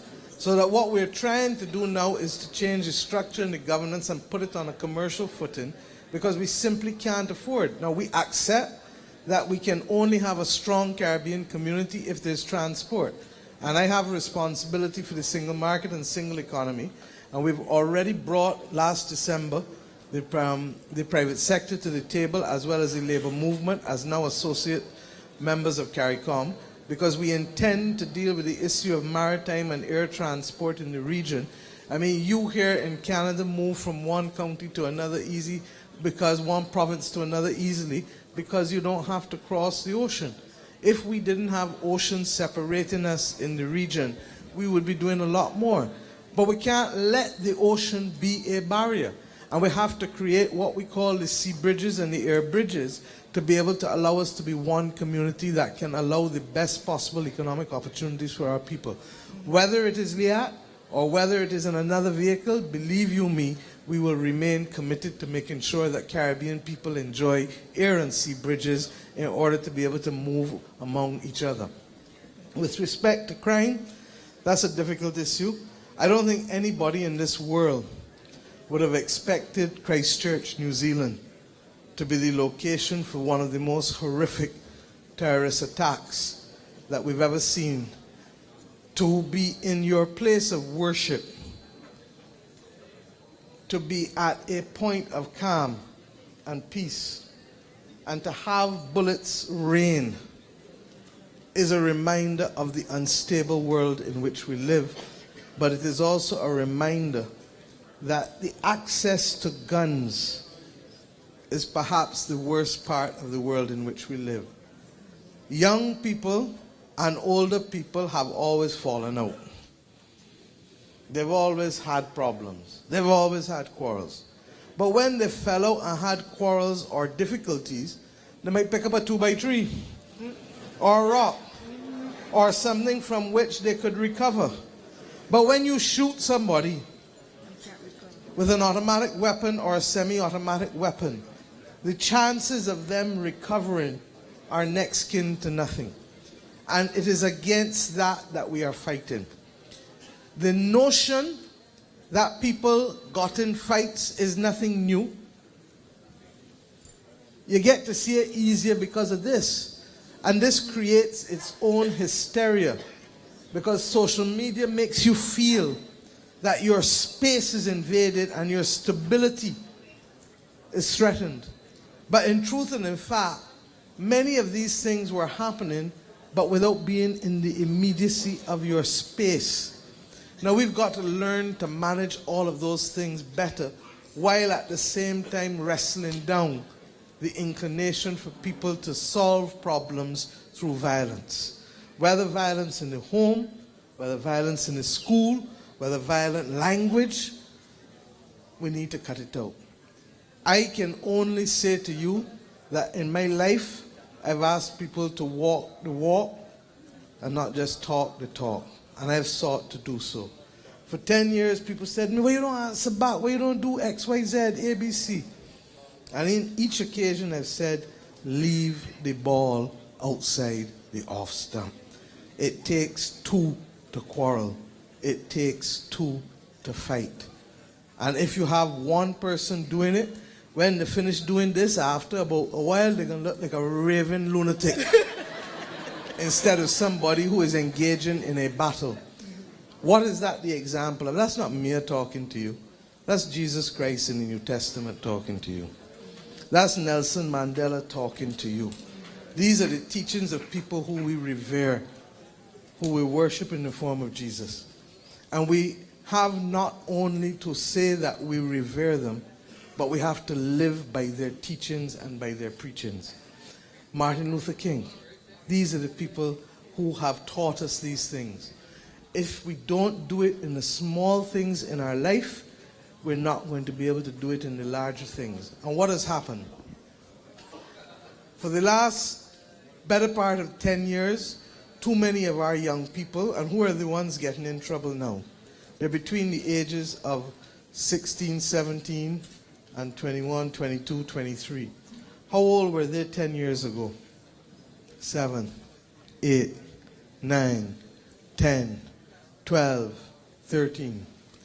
If you don't create opportunities to take these young people, to take our young people, allow them to go into cricket teams, allow them to go into Cubs, to Scouts, to Sea Cadets, to all of the different types of things that make them feel as though they can belong to a community, that somebody loves them even if they're coming out of a broken home, that they can be guided even if they don't have a father. There was a time when Bajan men used to populate cricket clubs across Barbados. And even if you came from a house where your father wasn't there and you got into a little trouble, when you went to that cricket club, you could talk to the person who was there, who was older, who could guide you. How many times does that happen now? The captains of our industry used to belong to the cricket clubs in those days. How many of them belong to the cricket and football clubs today? How many of them are the scout commissioners? How many of them are in charge of the brownies and the guides? The society has to take control of its future. It's not a government. No government can save it. And this is nothing I'm saying now. I've said it all my life. And that's why, as a Minister of Education and Youth Affairs, I put money in parental education. We're going to do it again because it takes a people to raise a nation. And you raise a nation by raising a people. If we don't guide these young people and anchor them, if we don't teach them how to deal with conflict and anger, the first 15, 30 seconds is what causes the problem. That's when they go for the gun. That's when they go and lash somebody. That's when they lash out. Billy Miller used to say that the problem, half of them we have, is that most people's vocabulary is not more than 40 or 50 words. If I can't explain how you make me feel, what's the next thing I'm going to do? Lash out at you. But if I have the power of language to explain how you really made me feel, if you humiliate me, if you anger me, if you disappoint me, because every one of those words connotes a different feeling. And therefore we have to get back into the communities and the schools. We have to use formal education and non-formal education. Now, I'm not just a bleeding heart, because as Dale would say last week, do not test our resolve. And to that extent, therefore, we've also made serious amendments and serious things in order to be able to deal with those who feel that having committed a murder or a firearm offense, that I'm going to lead a country where you're going to get bail and come out and do it a second and a third time, as has happened too many times in the last 5 or 6 years. We are committing ourselves to give you quick trials. I do not want a repetition of a system that has 10,000 criminal cases as a backlog, 150 murder cases as a backlog. So we are going to hear murder cases and serious offenses within 9 to 12 months, 6 to 9 for murder, 9 to 12 for the other serious offenses. And then we have at most another 12 months within which to hear the 2 appellate processes that we have. But what we are saying is that in that context and given that commitment and given the resources that we put in place to do that, that there should be no bail for the first 24 months if you're charged with murder, treason, or firearm offense. And the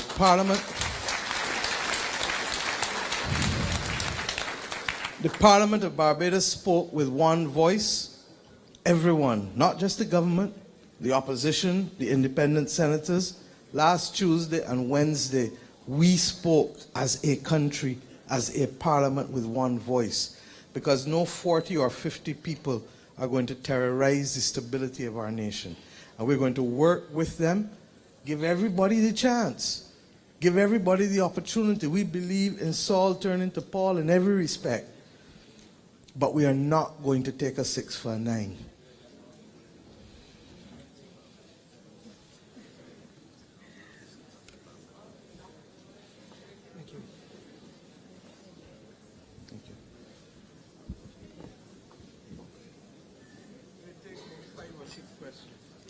Okay, we're going to take 5 more questions, and that's it for the night. I'm really very sorry, but the time has elapsed very quickly.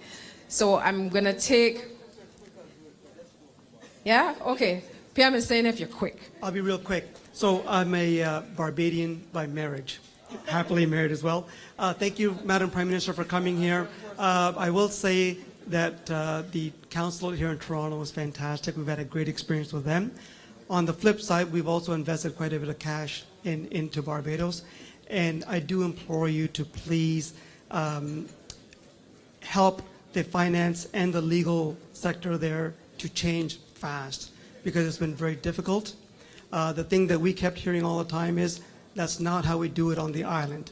Even though we banked with a Canadian bank, same bank that we have there, and the level of relationship that we had with the bank here, they did not respect it in Barbados. So I implore you to please make those changes fast. I think the money people are willing to invest, we just want the change. Right. The other thing is, I have heard you loud and clear. We are going to Barbados in 2 weeks to go to our house, but we're also coming 2020. I would also ask that you please ask the people of Barbados to receive us as well, okay? Because we're, like I said, there's a lot of fantastic things, beautiful things. We need to make it better. Two points. Number one is the infrastructure on the south coast. So walking from Accra Beach to Browns Beach, it needs to be well lit. The sidewalks need to be better. Make it tourist friendly. Let's get that going. Right, we need that to happen. Thank you very much. Sorry, we can't take any more. The next lady, yes, the lady at the second microphone. Thank you so much for your words, your leadership, and your vision. Thank you for inviting us to help grow that vision and share it. And to that point, my young adult children have been considering moving to Barbados, but in doing their discovery, what they discovered is that citizenship is reserved for the progeny of the male diaspora. And I would like to know when in this age that will be opened up to children of both your loyal sons and daughters. Thank you. Thank you. One more question here at the front in this, yeah. Mm-hmm. Go ahead. Madam Prime Minister and Minister Murphy, Minister Humphrey, and Mr. Duguid. Question about the disabled. I have been working with the disabled, volunteered with the disabled for about a year and a half, but I also have worked with the disabled for as long as I can remember. So as a goldsmith, for example, I've worked with goldsmiths who are disabled. I've worked with watchmakers who are disabled also too. I do not understand why it is that we do not have, or I can't find, or I can't see disabled people who are either customer service who actually does data entry or something like that. So when is that going to, and if it is going to, Ministry of Transportation also too, kneeling buses, anything like that. So is it possible that we're going to see something like that in the next 5, maybe 6 months, 6 years, anything soon? And that's it. Thank you. That's it. Okay, I'm going to answer you while taking a picture with the Consular Corps from Caribbean who has to leave, so don't sweat. With respect to the last question, Hendy, we're going to work according to what resources we have with our fiscal circumstances. You good? With our fiscal circumstances. Okay. Thanks. Which we don't necessarily have a lot of room at this stage, but we're going to use regulations and legislation. Smile. We're going to use, thank you. We're going to use regulations and legislation to be able to create that environment, and we're going to go as fast as we can as a government. With respect to the comments about Accra Beach to Browns Beach, William, who is here, is his constituency. He's the Minister of Public Works, Transport and Maintenance. I need not say any more to you about that, therefore. And I fret that my problem is getting him to take other constituencies seriously and not just Christchurch West. So I know that you'll have that area done quickly. But in all seriousness, part and parcel of the difficulty is that we inherited a lot of problems that were mission critical. The South Coast Sewage Project was absolutely mission critical, number one, because as you know, too many properties, too many businesses, too many visitors were negatively affected year after year after year with respect to what was happening on the South Coast with the leaking of sewage and the smells. And we have brought that into control. It's a temporary fix. We're now working on the permanent fix for the next long-term future ahead of us, both in terms of the upgrade of the plant as well as in terms of a permanent alternate permanent outfall there by Graham Hall, and not just the one at Needham's Point that has been the main outfall for over 20 years. Similarly, we inherited a country that would start with about 14 or 13 garbage trucks a day and end up with 6 or 7 at the end of each day. And it has been difficult. We've managed to get in 7 trucks so far. The tenders are being approved now for the other 15 or so trucks, and we hope that within another 6 months, that will be behind us as well. Equally, we started with a bus system, barely with 50 buses when we came into office. We've managed to carry that up on most days to 70 or 80, but you're dealing with buses that were all purchased before 2006. Not a single bus in Barbados was purchased in the last decade. But at the same time, the last government increased the number of privately owned buses from 500 to 750. So they effectively privatized transport system through the back door. Now, we have to deal with life as we find it, not as we want it. And therefore, what we are doing is a combination of the two. The Minister has been working on an augmented program where some of the privately owned vehicles will be used to supplement the publicly owned transport buses under the brand of the Transport Board on routes that make sense. We found, for example, on Silver Sands, over 110 buses were given the right to ply the Silver Sands route. On the Silver Hill, Gall Hill route, over 85 buses were given that right to ply privately owned ZRs and minibuses. Now, how are you going to make money on those routes with those kinds of numbers?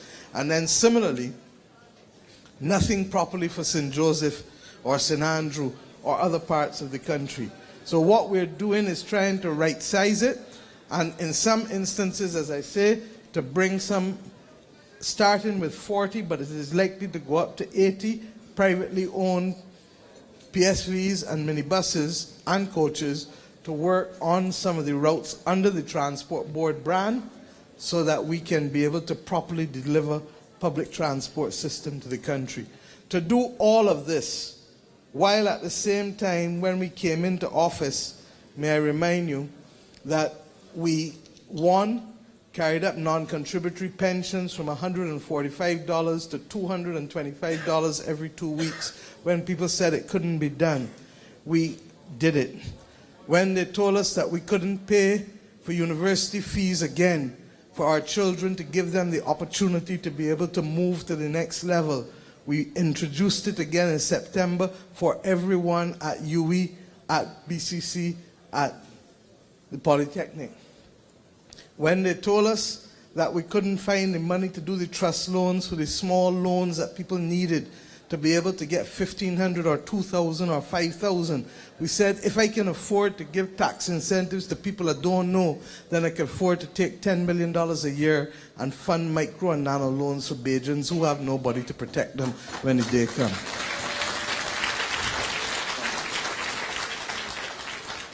Similarly, we immediately, within the first 2-3 months, said, look, there has to be an increase for public servants. You cannot ask people to come to work and to build the public space as public servants and not give them a wage increase for 8-9 years. And we gave a 5% wage increase across the board for all public servants. So that these things, and let me contextualize it. When I spoke to Madame Lagarde on that Thursday evening, I said to her, we know we have a long journey to make, but we also know that you don't ask people to go on a long journey without a little breakfast.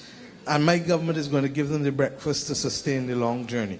So when I say to the country now, stay the course, it is because we know the journey is long, but we know that we can make it. But if you try to stop doing what you're doing, if you on a course of antibiotics, and after the second and third day, because you feel a little better, you stop taking the antibiotics, you can get sick again. You don't solve the underlying problem. Or you stop taking your diabetes medication because you're feeling good. But that's exactly when you need to be taking it to avoid renal failure. And the country has to be talked through,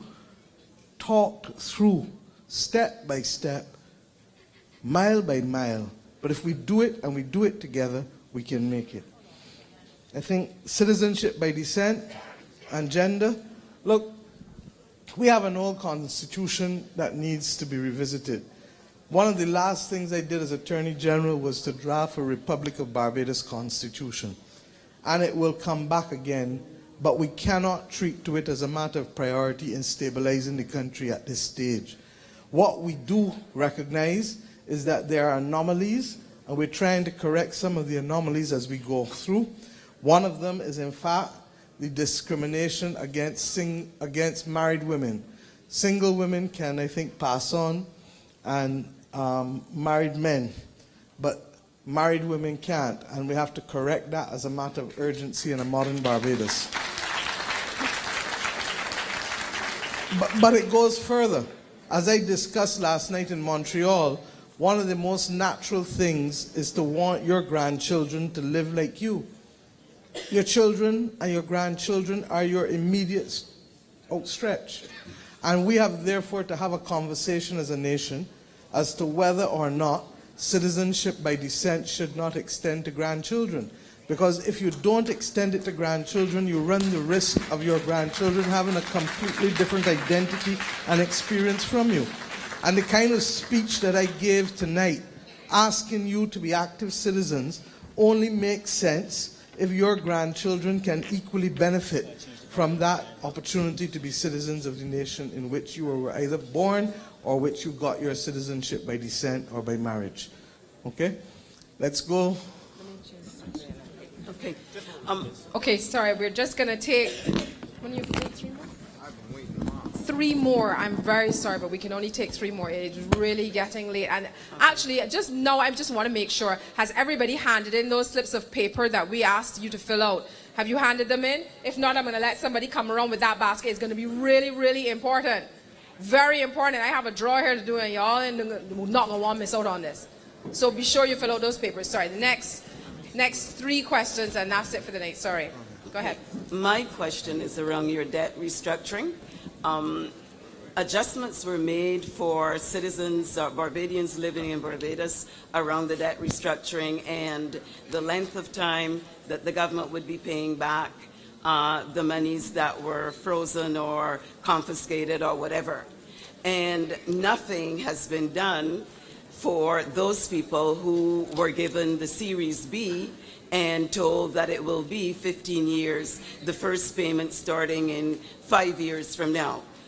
Where is the equity here, and why would there not be an adjustment for those of us living here who fell into your debt restructuring in that manner?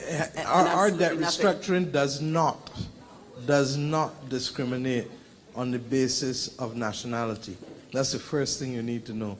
But you're a very lucky woman, because if you take 2 steps forward, you'll be able to talk to the Director of Finance and the Governor of the Central Bank.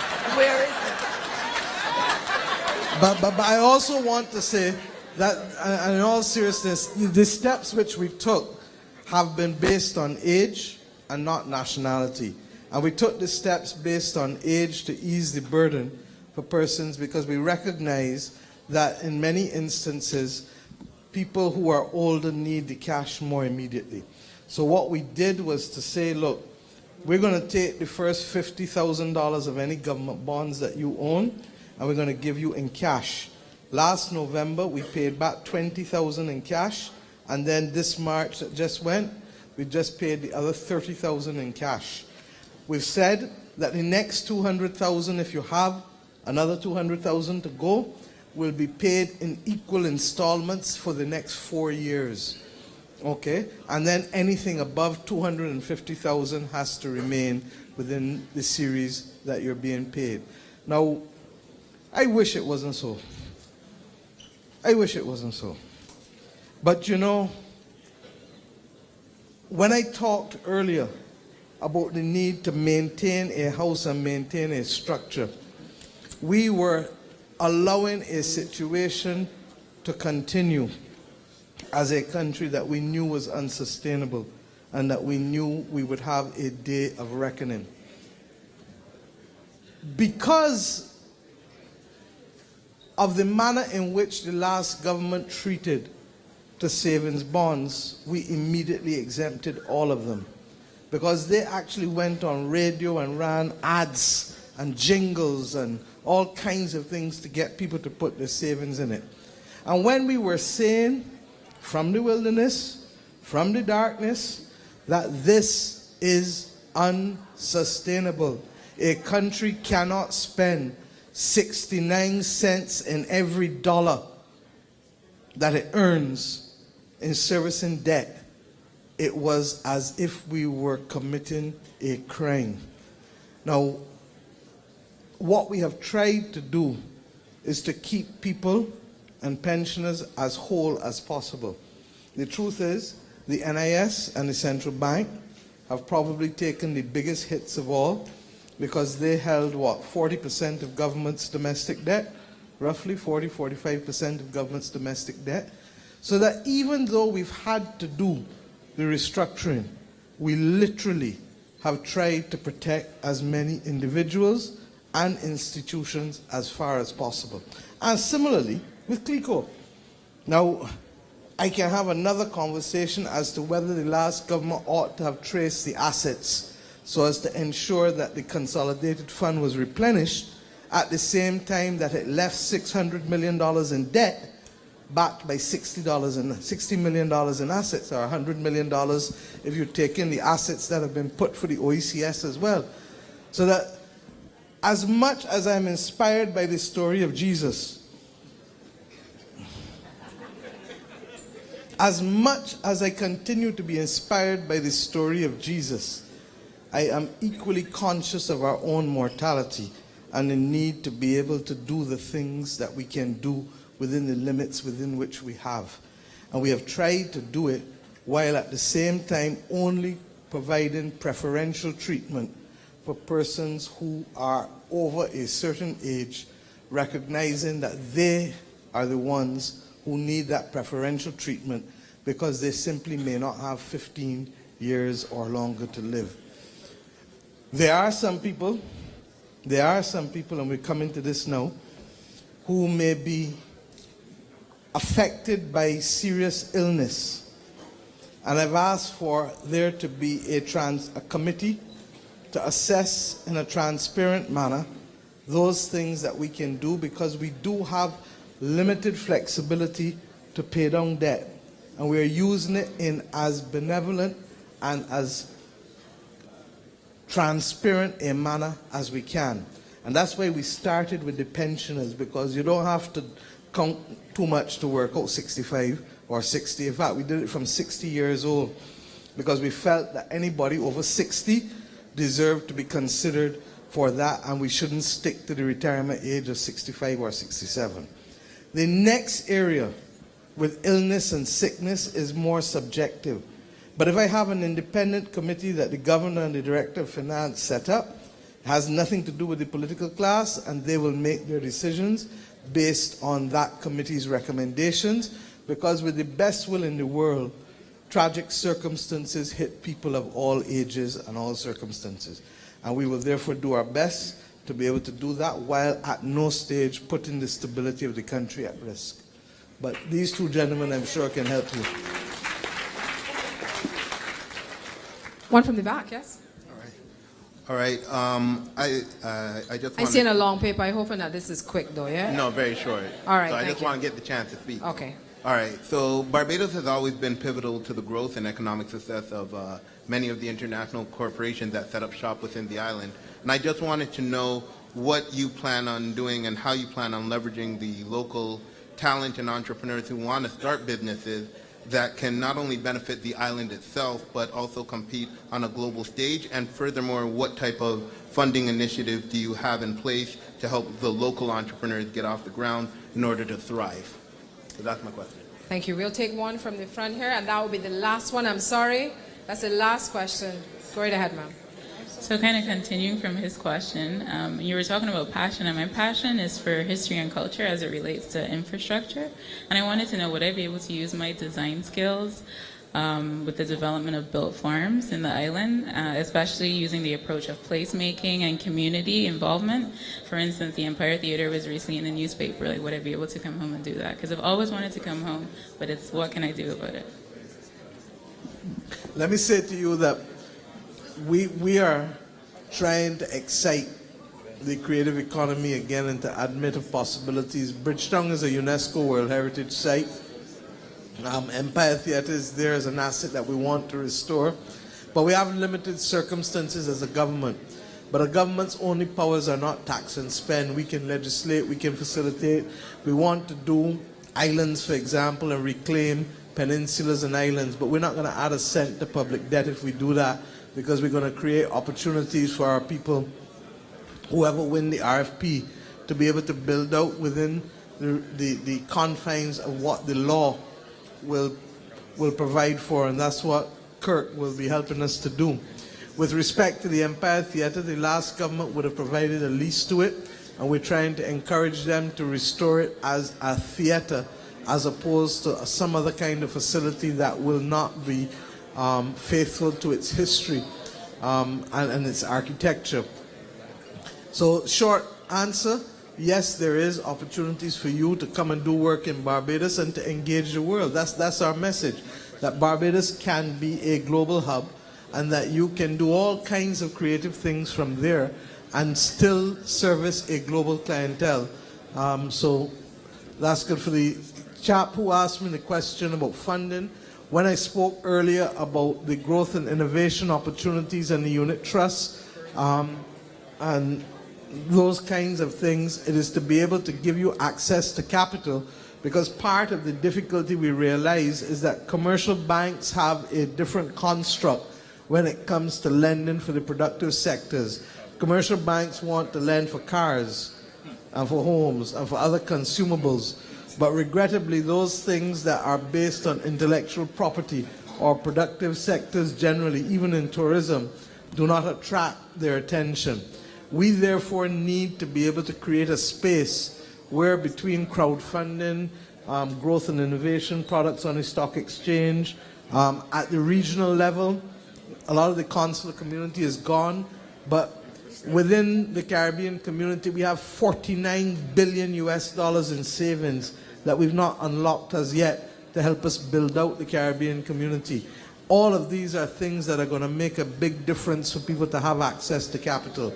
And how we structure the rules and the laws and the products to be able to unlock it while protecting people so that people don't get burnt when they invest easily is what will make the difference as we go forward. And we are therefore committed to doing it, as I said in the budget speech.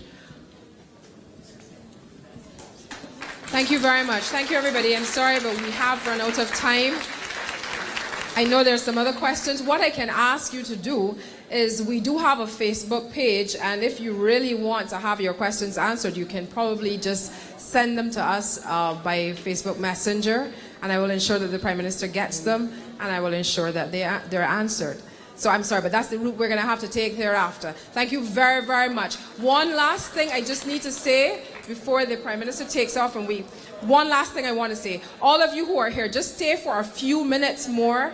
We have a very, very special draw. The forms that I was asking you to fill out before, I'm going to have a draw on those. There's a basket there, so those who have not put your forms in, please, I will... No, they're going to fill it out because they believe me.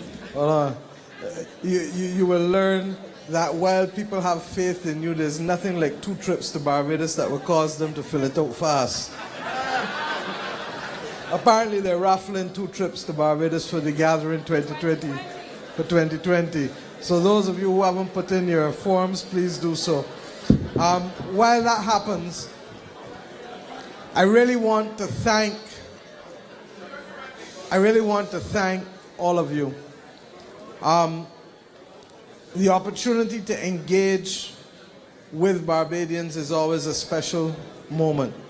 And I'm leaving Canada with a sense that there are thousands of committed Barbadians who live in Canada and who want nothing but the best for their country, but who also want to give critical support to tell us when we're doing well and to tell us when we need to pull up our socks and do better. And I thank you for that, because family must always be able to speak to family frankly, but family must always be able to inspire each other. I hope and pray that we can continue the kind of active engagement. I was fortunate to be accompanied by the others who are here, and they too will understand that we have our work cut out. This morning we had an excellent meeting with McGill University that has been in Barbados since 1954. Our relationships go deep with institutions in this country. And I hope, as Sonia just said, that those of you who have not been able to get answers or to be able to put your questions forward tonight, know that this moment in time may end now, but the engagement with my government and our people will continue. And if you put the questions to Sonia or to Reggie, who have both been doing an excellent job in the short period of time that they've been here, that I give you the assurance that we will do our best to reach out to you. I want to thank the general consular community and the Barbadian institutions. A number of you stood up as presidents of Barbadian institutions for flying the flag high. There's one among you. I have a godfather in this audience who keeps inviting me here at the wrong time of the year, because I know he has his function then. But I have to pay homage to him, if only because I'm told that he is who introduced my mother to my father, and if he did not do that, that I would not be standing here. The problem is that if you don't like how I perform politically, you have also to hold him accountable, because he introduced them at a political meeting in Chelsea Road, Kirk, under a sandbox tree, I'm told, on the eve of the general election in 1961. So that, regrettably, I was doomed from that point in time to have a life in politics. Thank you, and God bless you all.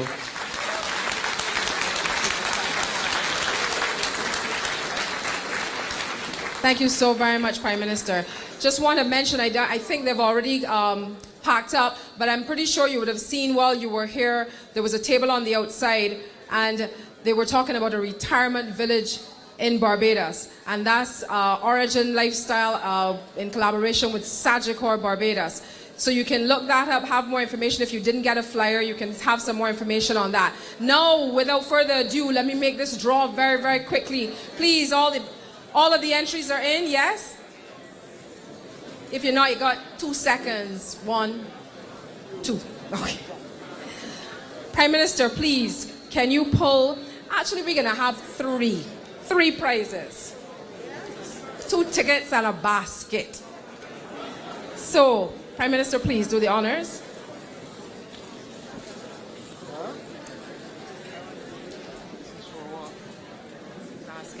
She is exempt. Who's that? I reserve the right to exclude members of my extended delegation, namely one Louisa Ward.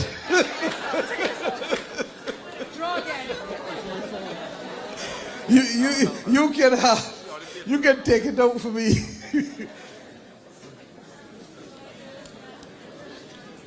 What's that? Michael Robertson. Michael Robertson, are you still here?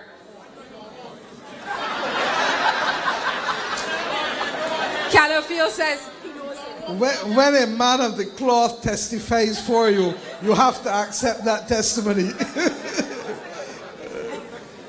Let me say his mother was here tonight as well. They are my parish, and she was living in Barbados in the 60s and goes there every year. And last year it took 15 people back to Barbados. So there, yes.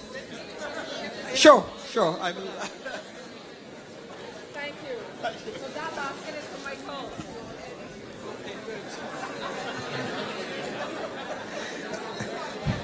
I gonna have to add a ticket for that one too, because after you tell me the man bring 15 people to Barbados last year, I feel bad that he win the basket. So I gonna have to tell Peter Mears, you're gonna find a 3rd ticket for tonight. Thank you, Jesus. And it's compliments of WestJet.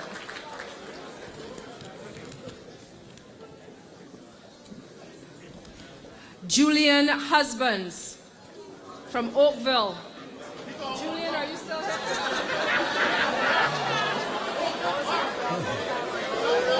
Listen, no, they have to win because we have their email. So Julian Husbands at whatever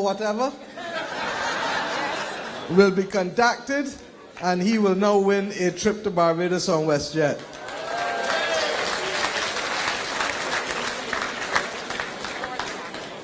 And it's for 2020 during we gathering, not 2019. 2019, you come and do the preparatory work.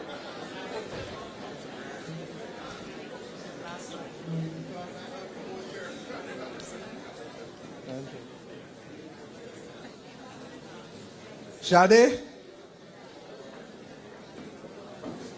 Uzebi, if she is who I think, not, Darren, come, because you can't get it neither. If I know Shade Uzebi is Minister Trevor Prescott's daughter. You are now disqualified. I will have to bring you home. Congratulations, though.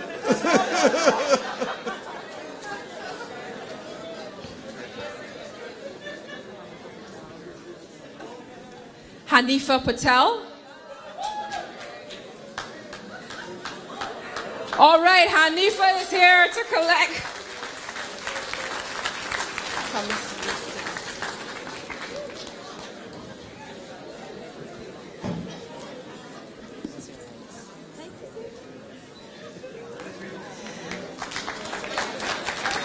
Thank you, Hanifa, and I expect to see you and a lot more of your family home.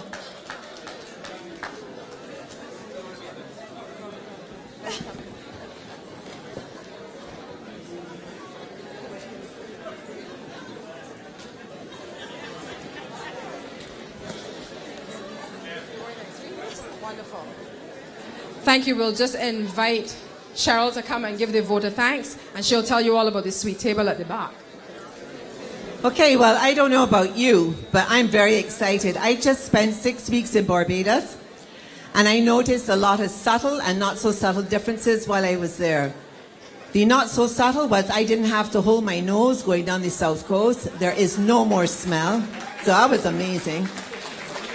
And I think someone said it, there was and is an air of confidence in Barbados. So for those of you who are planning to go back, you're in for a treat. And on that note, I think on behalf of all of us here in the diaspora, that we can say thank you sincerely to our Prime Minister, Mia Amor-Motley. To Minister Humphrey, thank you very much. Nice meeting you.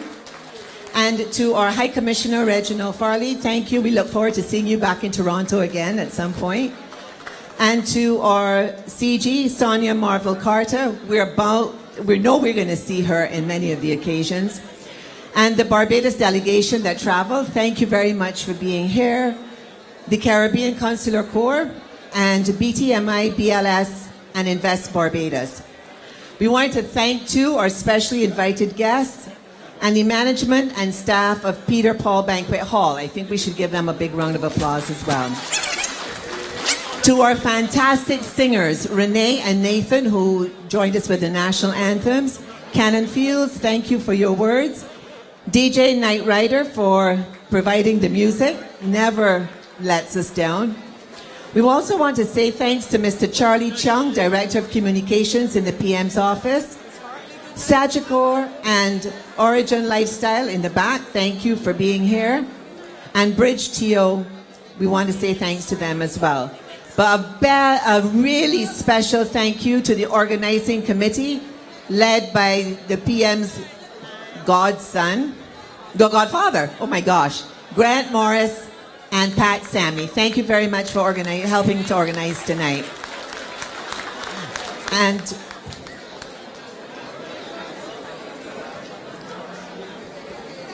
there are going to be 2 quick presentations to the Prime Minister, and we'd like to ask those persons to come forward who have the presentation. So don't go anywhere. A very quick presentation to our Prime Minister.